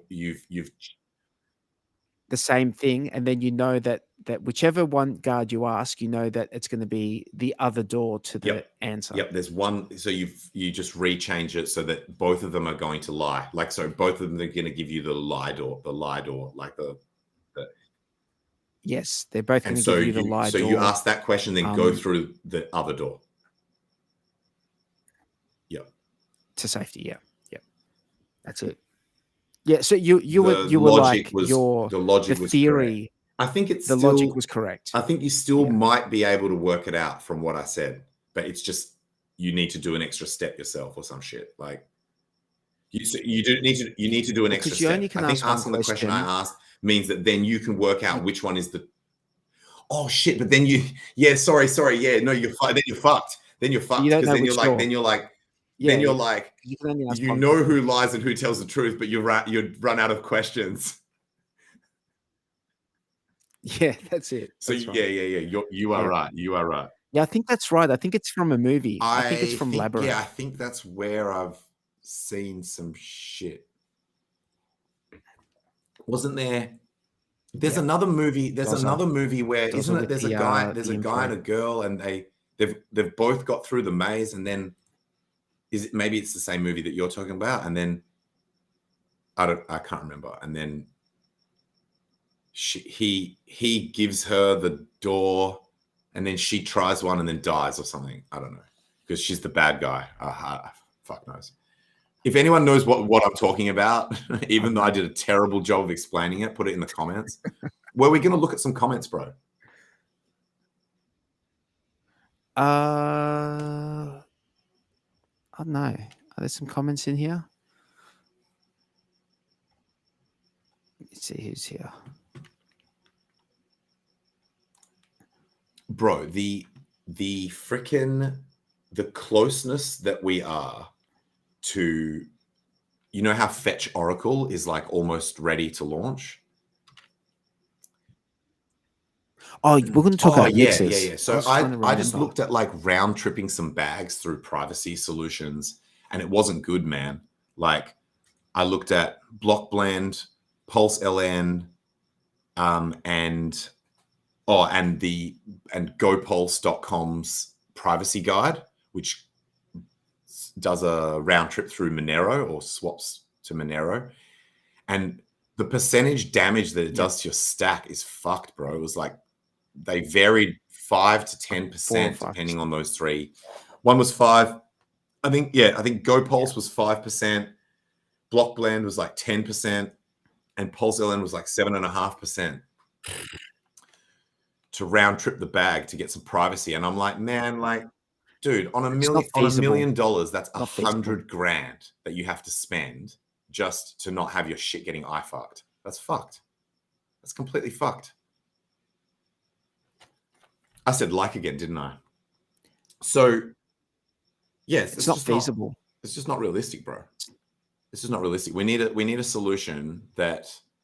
By the way, so what happened to spillways? What happened to spillways?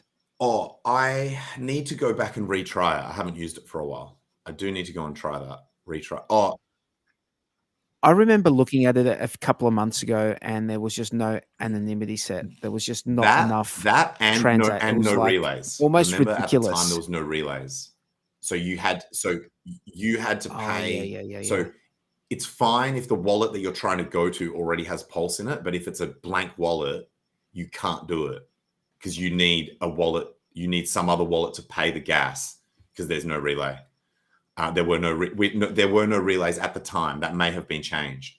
But see, it's a chicken and egg problem, bro. Like he was basically saying, we'll set up relays if this is popular enough, but then it doesn't become popular if it doesn't have an anonymity set and doesn't have relays. So it's like,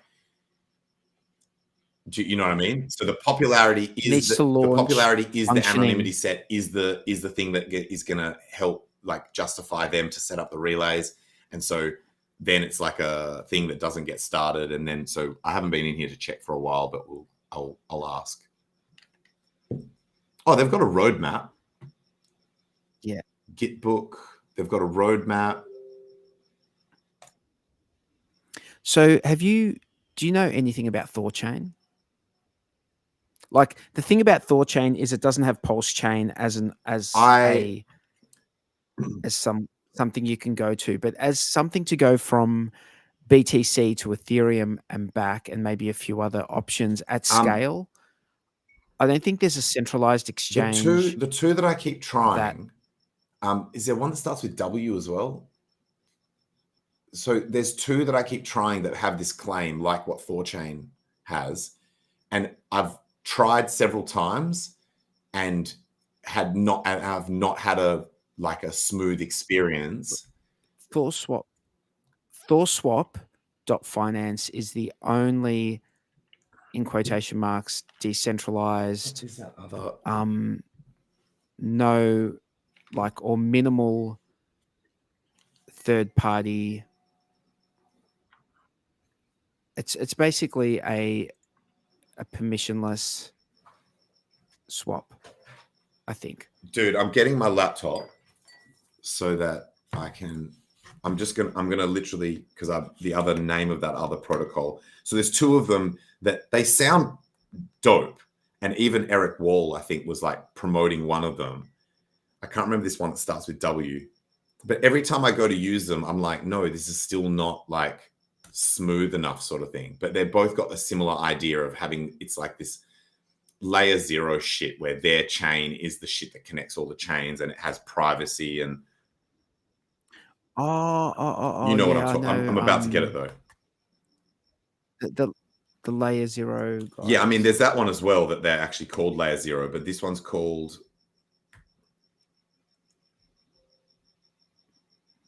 WAN chain. I knew it started with W. See, Mum, my memory's good. Smoke as much weed as I want, Mum. Fucking bitch. So I'm just kidding. I'm totally joking. She's not a bitch. So except for when she grills me about how much weed I smoke. So that's also a joke. So anyway, the point is WAN chain, Thor chain, if they're even different, I don't know, or whether they're somehow related, and layer zero, that sort of shit also sounds incredible, but it's like, make it a smooth experience for me where it's not a fuck up, and also make it like, I found that WAN chain had this, like, they had these shielded transactions, but it's like the same fucking problem again, where you've got that shit where it's like at the other end, if you don't have the fucking coins, if you don't have something there, it fucks it. Like, so people that are building privacy solutions, dude, ZK.money was the so ZK. true, man. Money, I'm so dirty that shit doesn't, dude. It was perfect. Dude, it was perfect. That was exactly like ZK.money was exactly like Nova. It was like Tornado Nova. Dude, it was exactly so the good. same. Dude, it was that so shit was. Good. I remember when they were sunsetting the shit. I was like, right, time to fucking put everything through this thing. And I was just like, for like a half a week, I literally used it more in that final week of its existence than ever before. I was like, I'm getting my fucking privacy. Like, and it was just so perfect, man, and so relatively inexpensive. So if they, as a, and this doesn't exist, but as an option, if ThorSwap.finance could get Monero on it, that would be way cheaper, because that's like that's a pretty cheap option. I think that's the cheapest option out there. I want to bring it up. Should I bring it up? Yeah. So what? Say what it was, dude. I was just having like an acid flashback on like how amazing that was, and getting dirty that it doesn't exist anymore, and missed what you actually said. What was the protocol that you just said is actually one of the cheapest and best? ThorSwap. So see, the thing is, do they do it? Because, you know, like, look, my shit's pretty effective in terms of when I complain about shit, people typically actually fucking hear me say it and then like fix it for me. So me whinging is actually a thing. Like, it's actually a vibe. And this is not a centralized thing. Anyone can run a node, so you can run your own. Perfect. So but what about right? This thing I was just complaining about, where it's like, if I've got a blank receiving address, can I utilize this so that without having to fuck around and get anonymous coins to that address to do the receiving?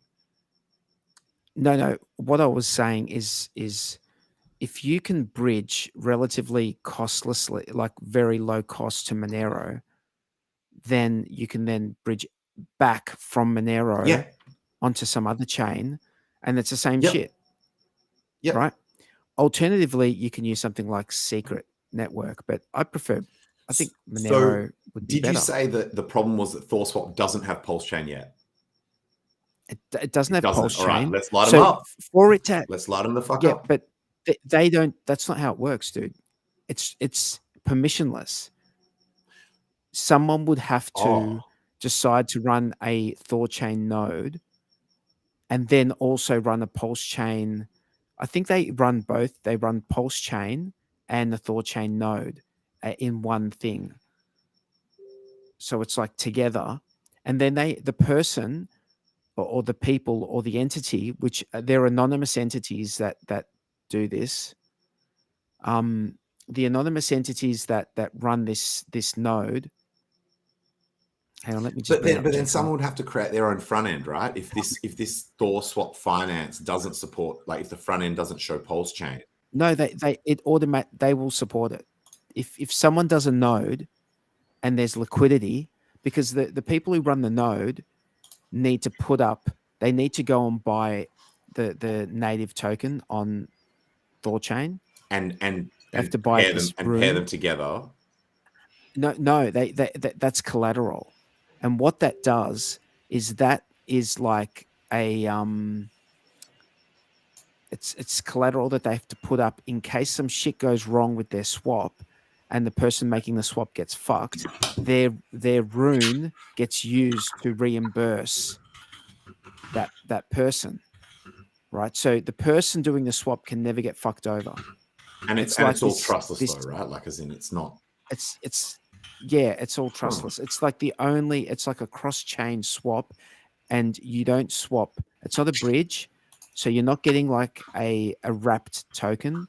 You're getting native tokens. So you get the native token of the other chain, and So we need someone. So we need someone who is already capable and running a PulseChain validator to consider this. And someone who's willing to put up the collateral as well. They need to, and they have to have loads of liquidity to make it possible with PulseChain. Yeah. Do they have recommendations on what the minimum? The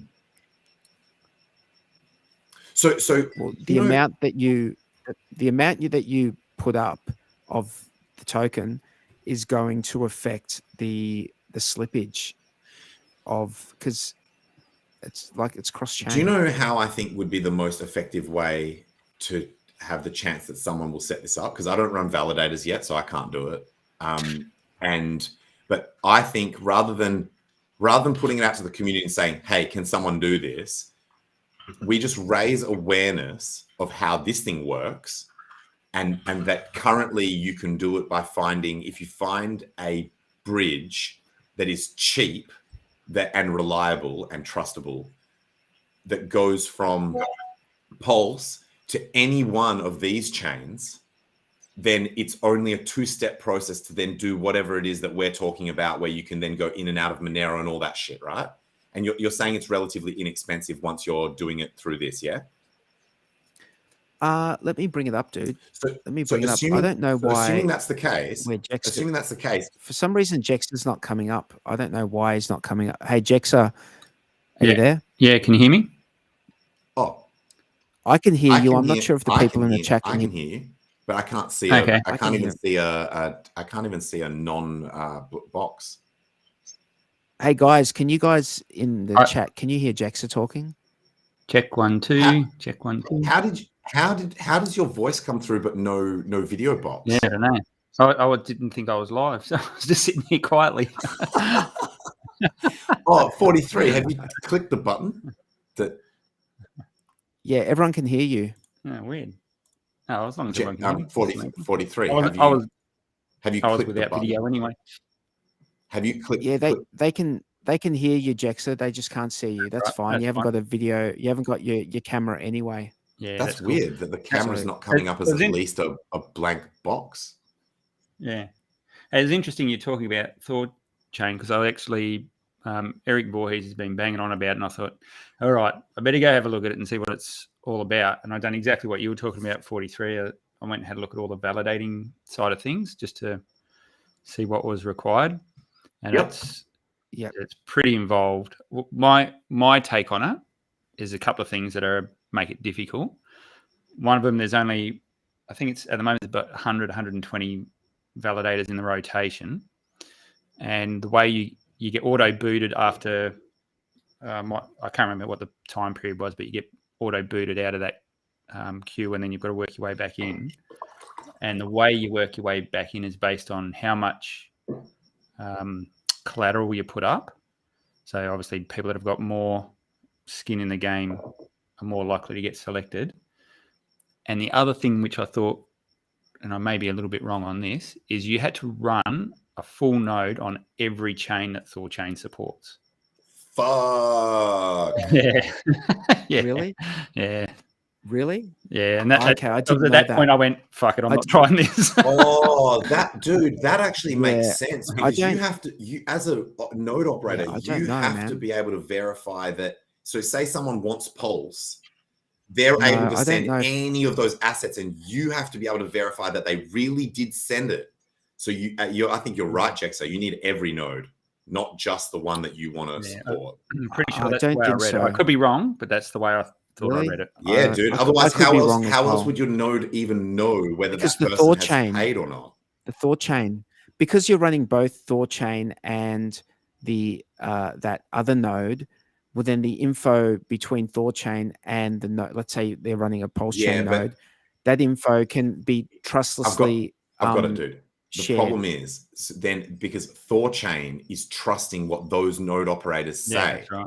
So you're like, okay, ThorChain's verified it, but that could be a lie from that conglomerate, could be trying to bend over all the other node operators. Like, so they could work as a team, they could collude. But if but the problem is that it's not that simple, because if they fuck anyone over, they get taxed their rune, which is staked, like just in case they fuck anyone over. So it may have been set up that way, that they have to put up. It might have been the more chains you support, the higher up you get selected. Maybe that was the other thing I was reading. It was something along those lines. Maybe that's what it is. That sounds plausible. Yeah, you know. But it seems like a lot, and like the infrastructure to run one of their nodes, it's not simple. Like the way you had to deploy it was all had to be like enterprise grade almost. The way you were doing it all, you're using like all. I don't think you'd be doing it with the Nook. Yeah, no, you're using like all Terraform scripts to deploy it all, and it was pretty full on. So for now, do you guys think it's reasonable? It would be reasonable to say to the community, look, there's a 2-step process that is cheaper than all of these other options, where you would just find any bridge of your choice to go to any of these chains that are supported by ThorChain, and then you use ThorChain to get from that to, say, Monero or whatever it is that you want, Bitcoin, whatever you want. And then if you wanted to go back, you just go back to through the same path. And the fees would be like very reasonable. Could be, as long as I think 1% is reasonable. I think 1% is that maybe round trip, 1% or 2, like 1%, so that it'd be 2% as a round trip. I think anything more than that is starting to take the piss, like of the damage to your bag tangent that it costs just to get some privacy. Going off, like the fact that we would need to go off chain to get privacy is fucking ridiculous. Am I hearing you right? Like the solution, have we not got a proper on-chain solution for privacy on PulseChain? Well, there's spillways, but I just haven't retried it since my last. It doesn't. Last time I checked, and I've got to say it was like a few weeks ago, there's just no anonymity set, and they haven't got relayers, like from what you said, Tangent. So that just like, well, if you haven't got relayers, well, that shit doesn't work then, does it? You know what? I'm going to ask all these questions. One of the most important questions for me is the anonymity set being like, is it visible? Like, are we? That's what you need to know. You need to be able to I want to be able to see. I want there to be a representation of what the anonymity set is in some form, even if it's just like, these are the numbers, and work it out yourself. But last time I checked, that data wasn't even being shown. So you couldn't even see what the anonymity set was. Mm. Yeah, Well, no, yeah. you can look at the contracts. The contracts show Oh, true. the funds going in. True. You could actually just go and check, like on chain. So that is not that part. Anonymity doesn't mean that, like, it's not an anonymity like Monero where you just don't see anything. This is an anonymity by, like, everything's like all the transactions are either A, B, or C, or D in number of token and number of pulse. Yeah. And therefore, because they're all the same, you can't distinguish between. Yeah, I know that. It's a tornado fork. Yeah, exactly. Yeah. So you can see how many transactions are going in. Yeah, the part that I didn't think of, which you're raising, which is correct, is even if their front end doesn't show it, you can go and look on chain, and that's smart. And I will do that. Yeah. Like, as in, but So I think it would be nice for people that are not like familiar with how to go and explore the blockchain. And while our blockchain explorers are like busted until 9 mil brings out one that is actually functional, I think it would be nice for them to just display it on the site and be like, this is how many people are in the set at the moment. This is how many people are in the pool, like how many deposits, a bit like what Tornado Cash used to do. Yep. So what have we got? We've got Sort of. by the reach. You've got Beetroot, Spillways. Anything else? There's is Beetroot expensive or cheap? Never used it. And if you're going to use Beetroot, then that's effectively using what's that other one called? Change Now? No, man, I have to go. Give me a second. There was something. Yeah, there was something about Beetroot that wasn't as. There was. I was talking about this with Ty in a Twitter space about how, like, we go so deep on certain topics, and you, in your mind, you just assume that you're going to remember where you left off. But then because we're just going so deep on so many different things and there's so much happening on PulseChain at the moment, weeks later, you're like, oh, I need a privacy solution or whatever. And then you're like, shit, like, I don't remember where I was at with all the different protocols and what the pros and cons were. Yeah.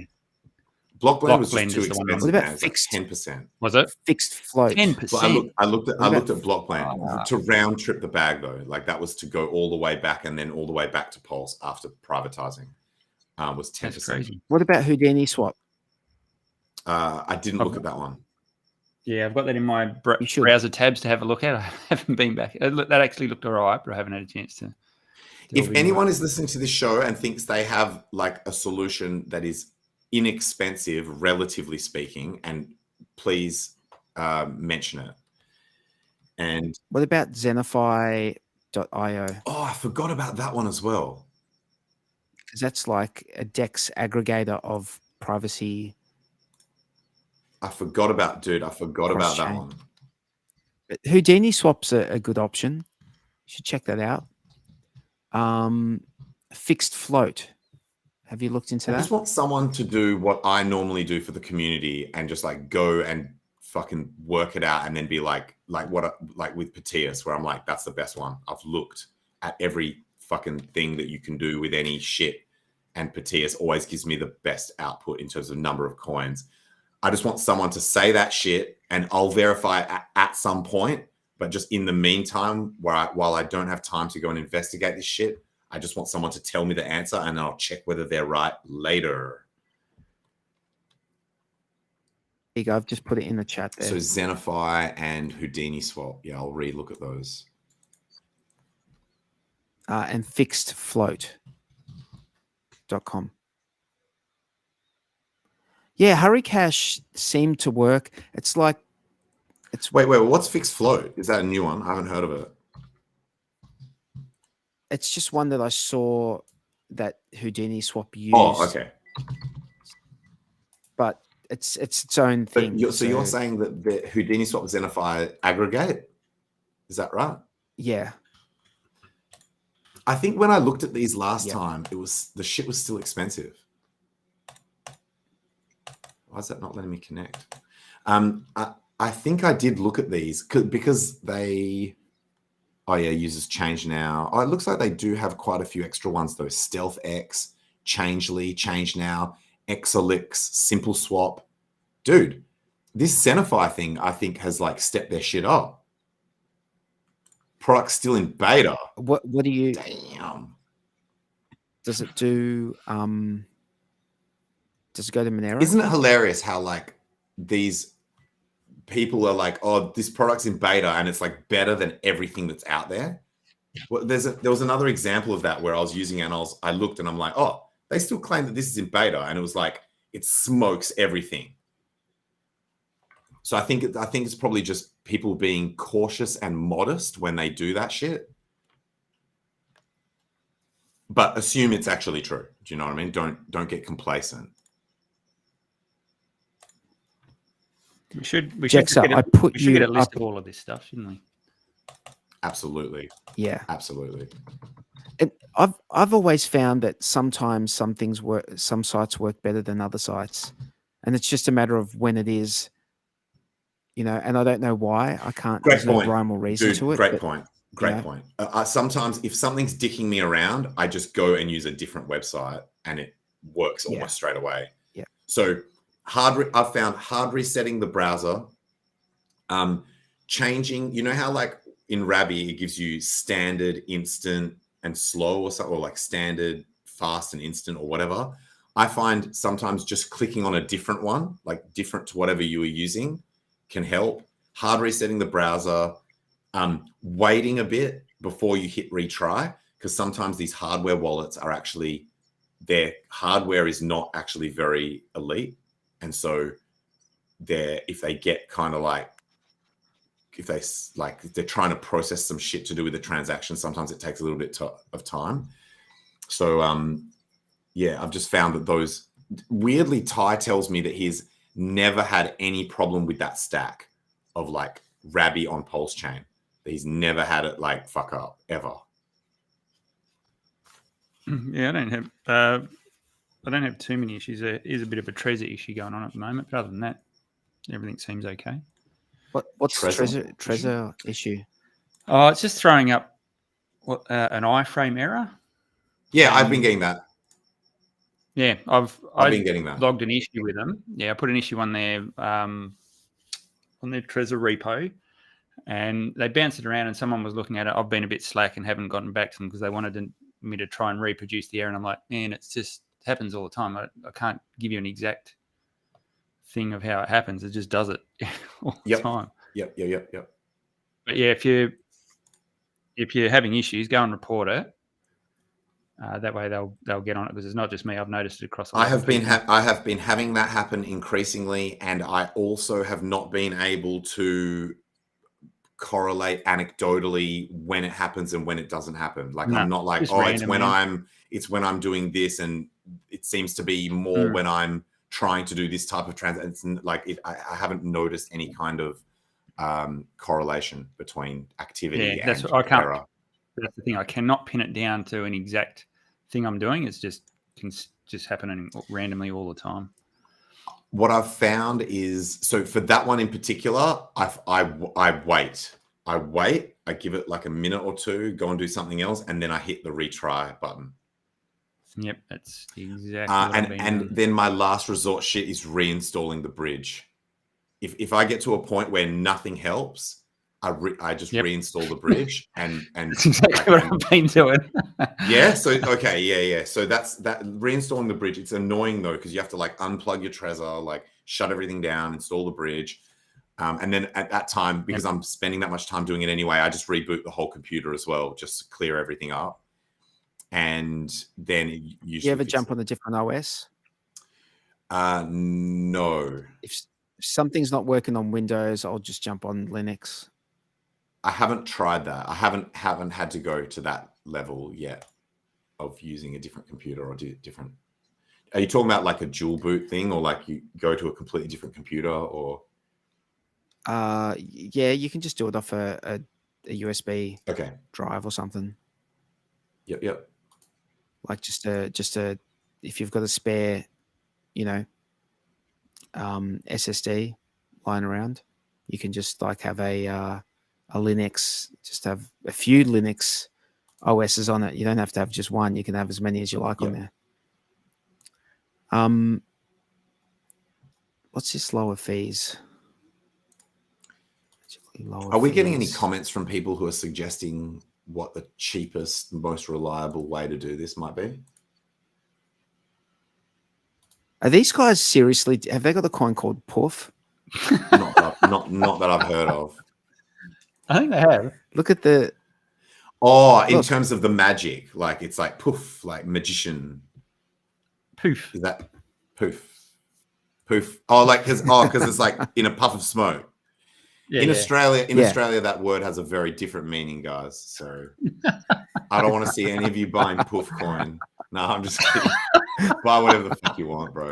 It's probably going to be like, it's probably end up being like the highest performer in this next bull market. And then people will be like suing me for reverse financial advice, telling them not to buy shit.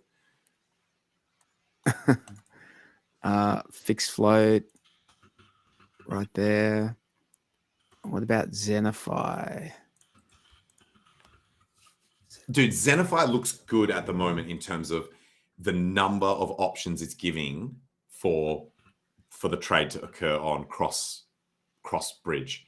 So like by default, it's showing Bitcoin to USDC on Ethereum, and it's got Binance, Changely, Exelix, StealthX, ChangeNow, SimpleSwap, Houdini Swap, all as options for that transfer. So it looks like they've been putting in work, getting like more routes.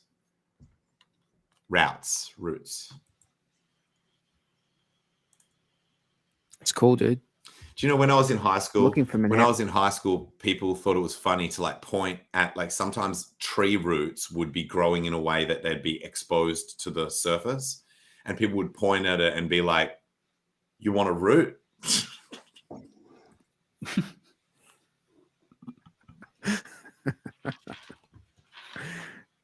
It sounds like, like a high school thing to say, man. Absolutely a high school thing to say. Yeah, dude. I was talking to my Jex. I was talking to a friend about this very recently. That I actually don't think my sense of humor has changed that much since high school. And given the right opportunity, I will laugh at exactly the same, like, absurd, dick and fart jokes as I did in high school. Yeah, dude. I think that's true, man.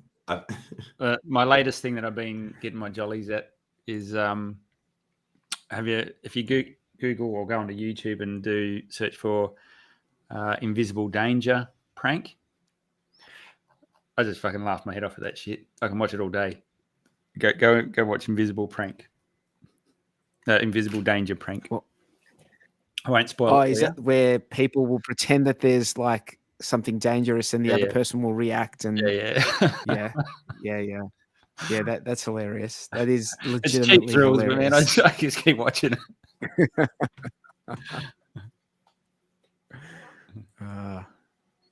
Yeah, that's good. You know which one we haven't even looked at? Does Go Pulse have one? Go Pulse, I don't think so. They've got a swap, from what I recall, but I don't think they've got a. Let me have a look.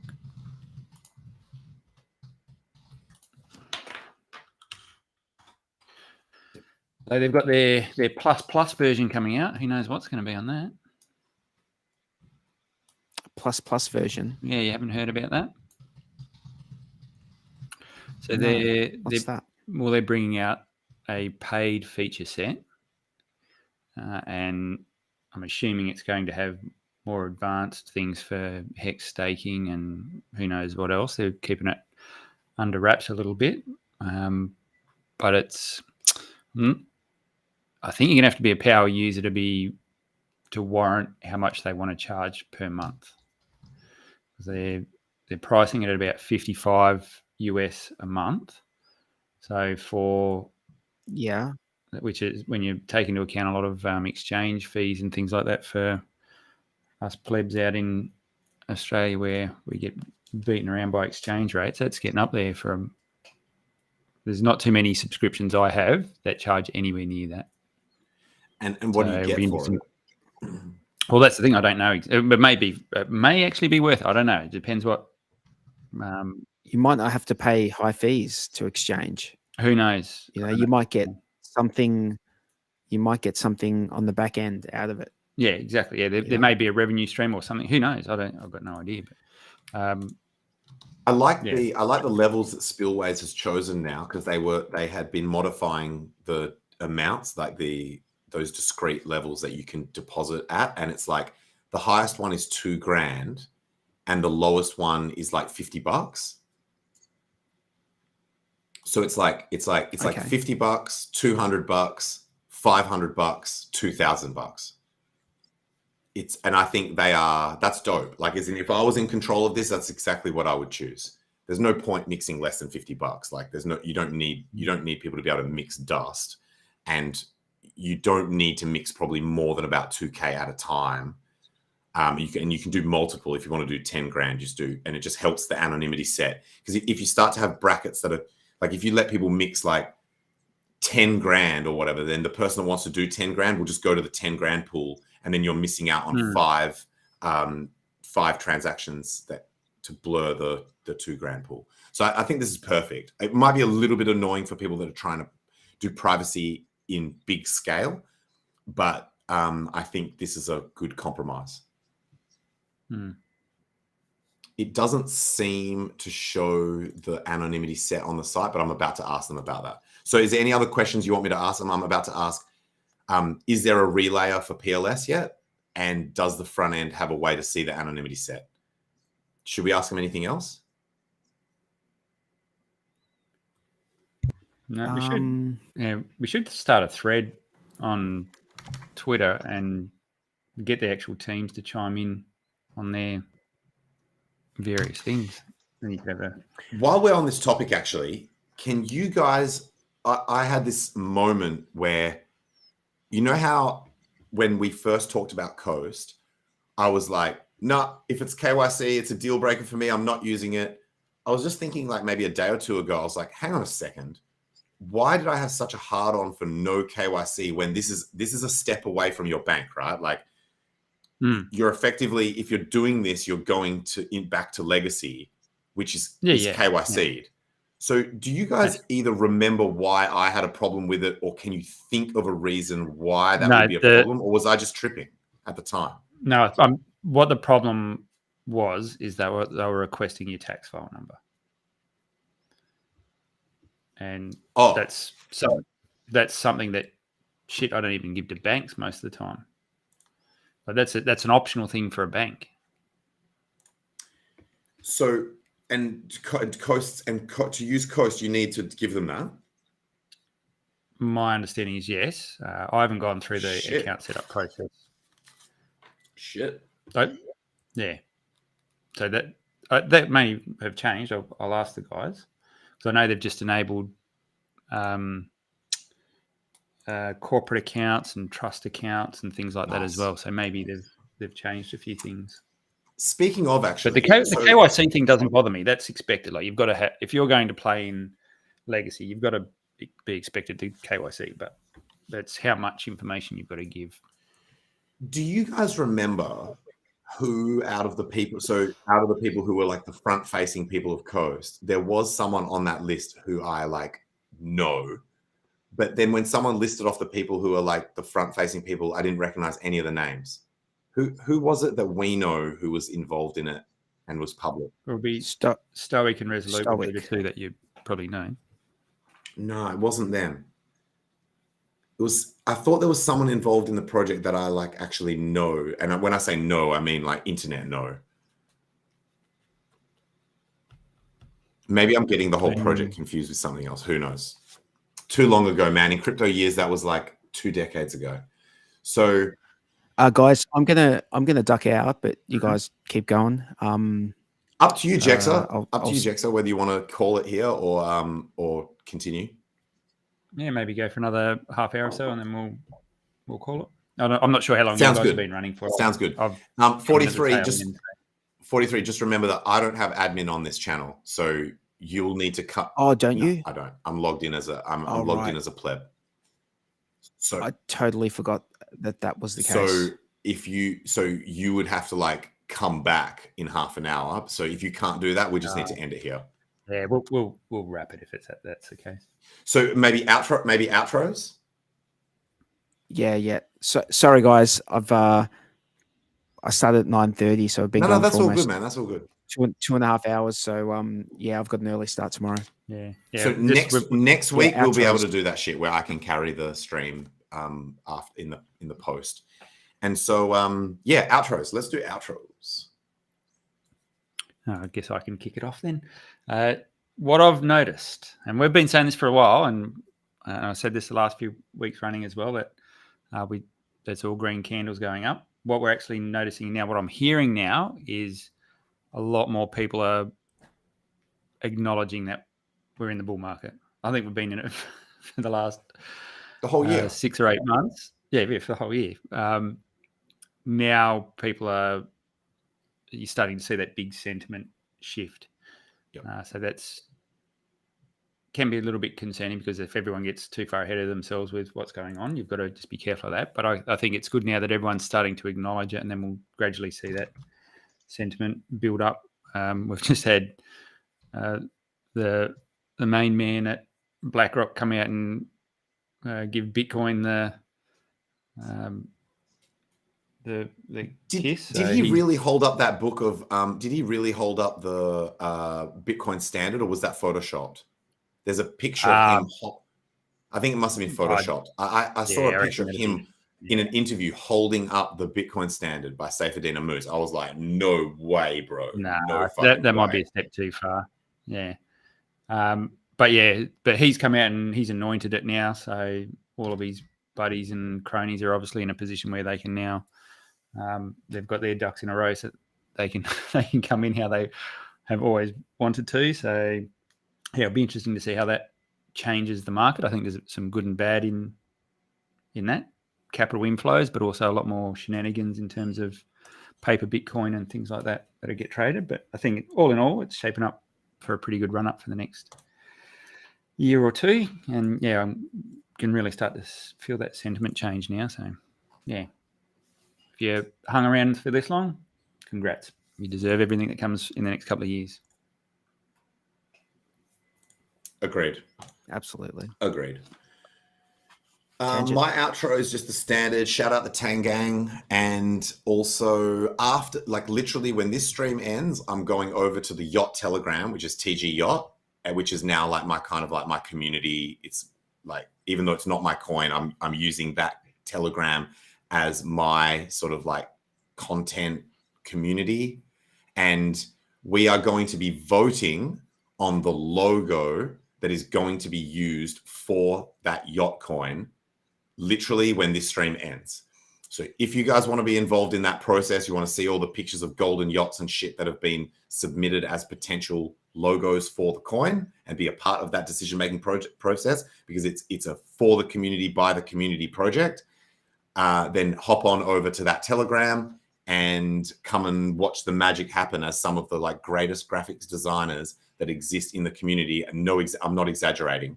Truthfully, the greatest graphic designers are now in there. Poseidon's in there, and a bunch of other like very, very, very talented graphic designers, and all the graphical NFT designers are in there as well. Like it's actually quite a highly skilled group of people that are in that Telegram. We'll be voting on the logos. Come and tell us what you think. Awesome. Big thanks to everyone in the chat and everyone who's participated in the stream. Thanks to Tangent. You, as I said earlier, you are killing it on DeFi Down Under with all your streams. Look forward to some more Twitter Spaces if you can get them on there at some stage. More effort to actually doing that crossover shit. I was trying to set up OBS and failed, like reset it up. I'll get there though. We'll get there. The ultimate will be where we have everything like very cross-platform. So it's like Twitter and YouTube will be getting smashed on the regular. Yep. And then we'll be ready for the bull market, which you have said is coming. When I say the bull market, I mean yeah. You mean FOMO the part. That's what parabolic I'm. section of Yeah. the bull market. Yeah, Dude, I actually think more people mean that, like more people say it the way that you are saying it, than the technical definition is what we've been doing all year, which is number go up. So, so Bitcoin's been in a bull market all year, but when the way that most people say bull market, it hasn't even started yet. Yeah. That's what it feels. Sometimes it feels like it hasn't started yet, but if you look, we almost need two words. And we need like hyperbull or parabolic bull market or some shit, because we can't just bin the fucking definition of what a bull market is just for people's just for this colloquial hype sector. I'm a pre-coital bull. It's we really need to be able to to early bull and late bull. Because you've got people that say, that say there's only bull and bear, right? Which means that then if people that are like that, it's definitely been a bull market all year. But then there's people that say bull, bear, and crab, like sideways markets. Then you could argue that part of that has been a transitional period. Maybe like late last year, early this year might have been maybe transitional. We've been in a bull with crabs. And people have got that recency bias where during the bull, if it steps up and then goes sideways for ages and then steps up and goes sideways, people think they're in a sideways market because most of the direction is sideways. But they don't factor in that you zoom out, the trend is definitely up. So it just feels sideways because the price stays the same for so long. But if every time it legs up, then it's going up. So I don't know if we need another word for it or whether we just need to like educate people, because I don't want to have to explain this every time it comes up in a Twitter space and be like, okay, you guys are talking about the fucking parabolic section of the bull market. Yeah, that's what when I say it, I'm usually referring to when the bull. Dude, I even fall into the trap. I even fall into that trap. When it charges. I even sometimes fall into that trap. Where in terms of like this, but anyway, and by the way, the sentiment has still been bearish. So we've had we've had a bearish sentiment this entire year, and so those two things are separate as well: the sentiment and the actual price action. So we've been doing the whole the market climbs the wall of worry, which is perfect. That's what you want it to do. And now the fun is like incoming, the fun part. Man, I noticed the difference on the most recent Twitter space that I've been in, ones I've hosted and ones that I've attended, where the energy is now like on the increase, where people are in there like getting excited about shit. I saw someone today in the Tang Gang say, remind me to go all in, like remind me to buy literally everything.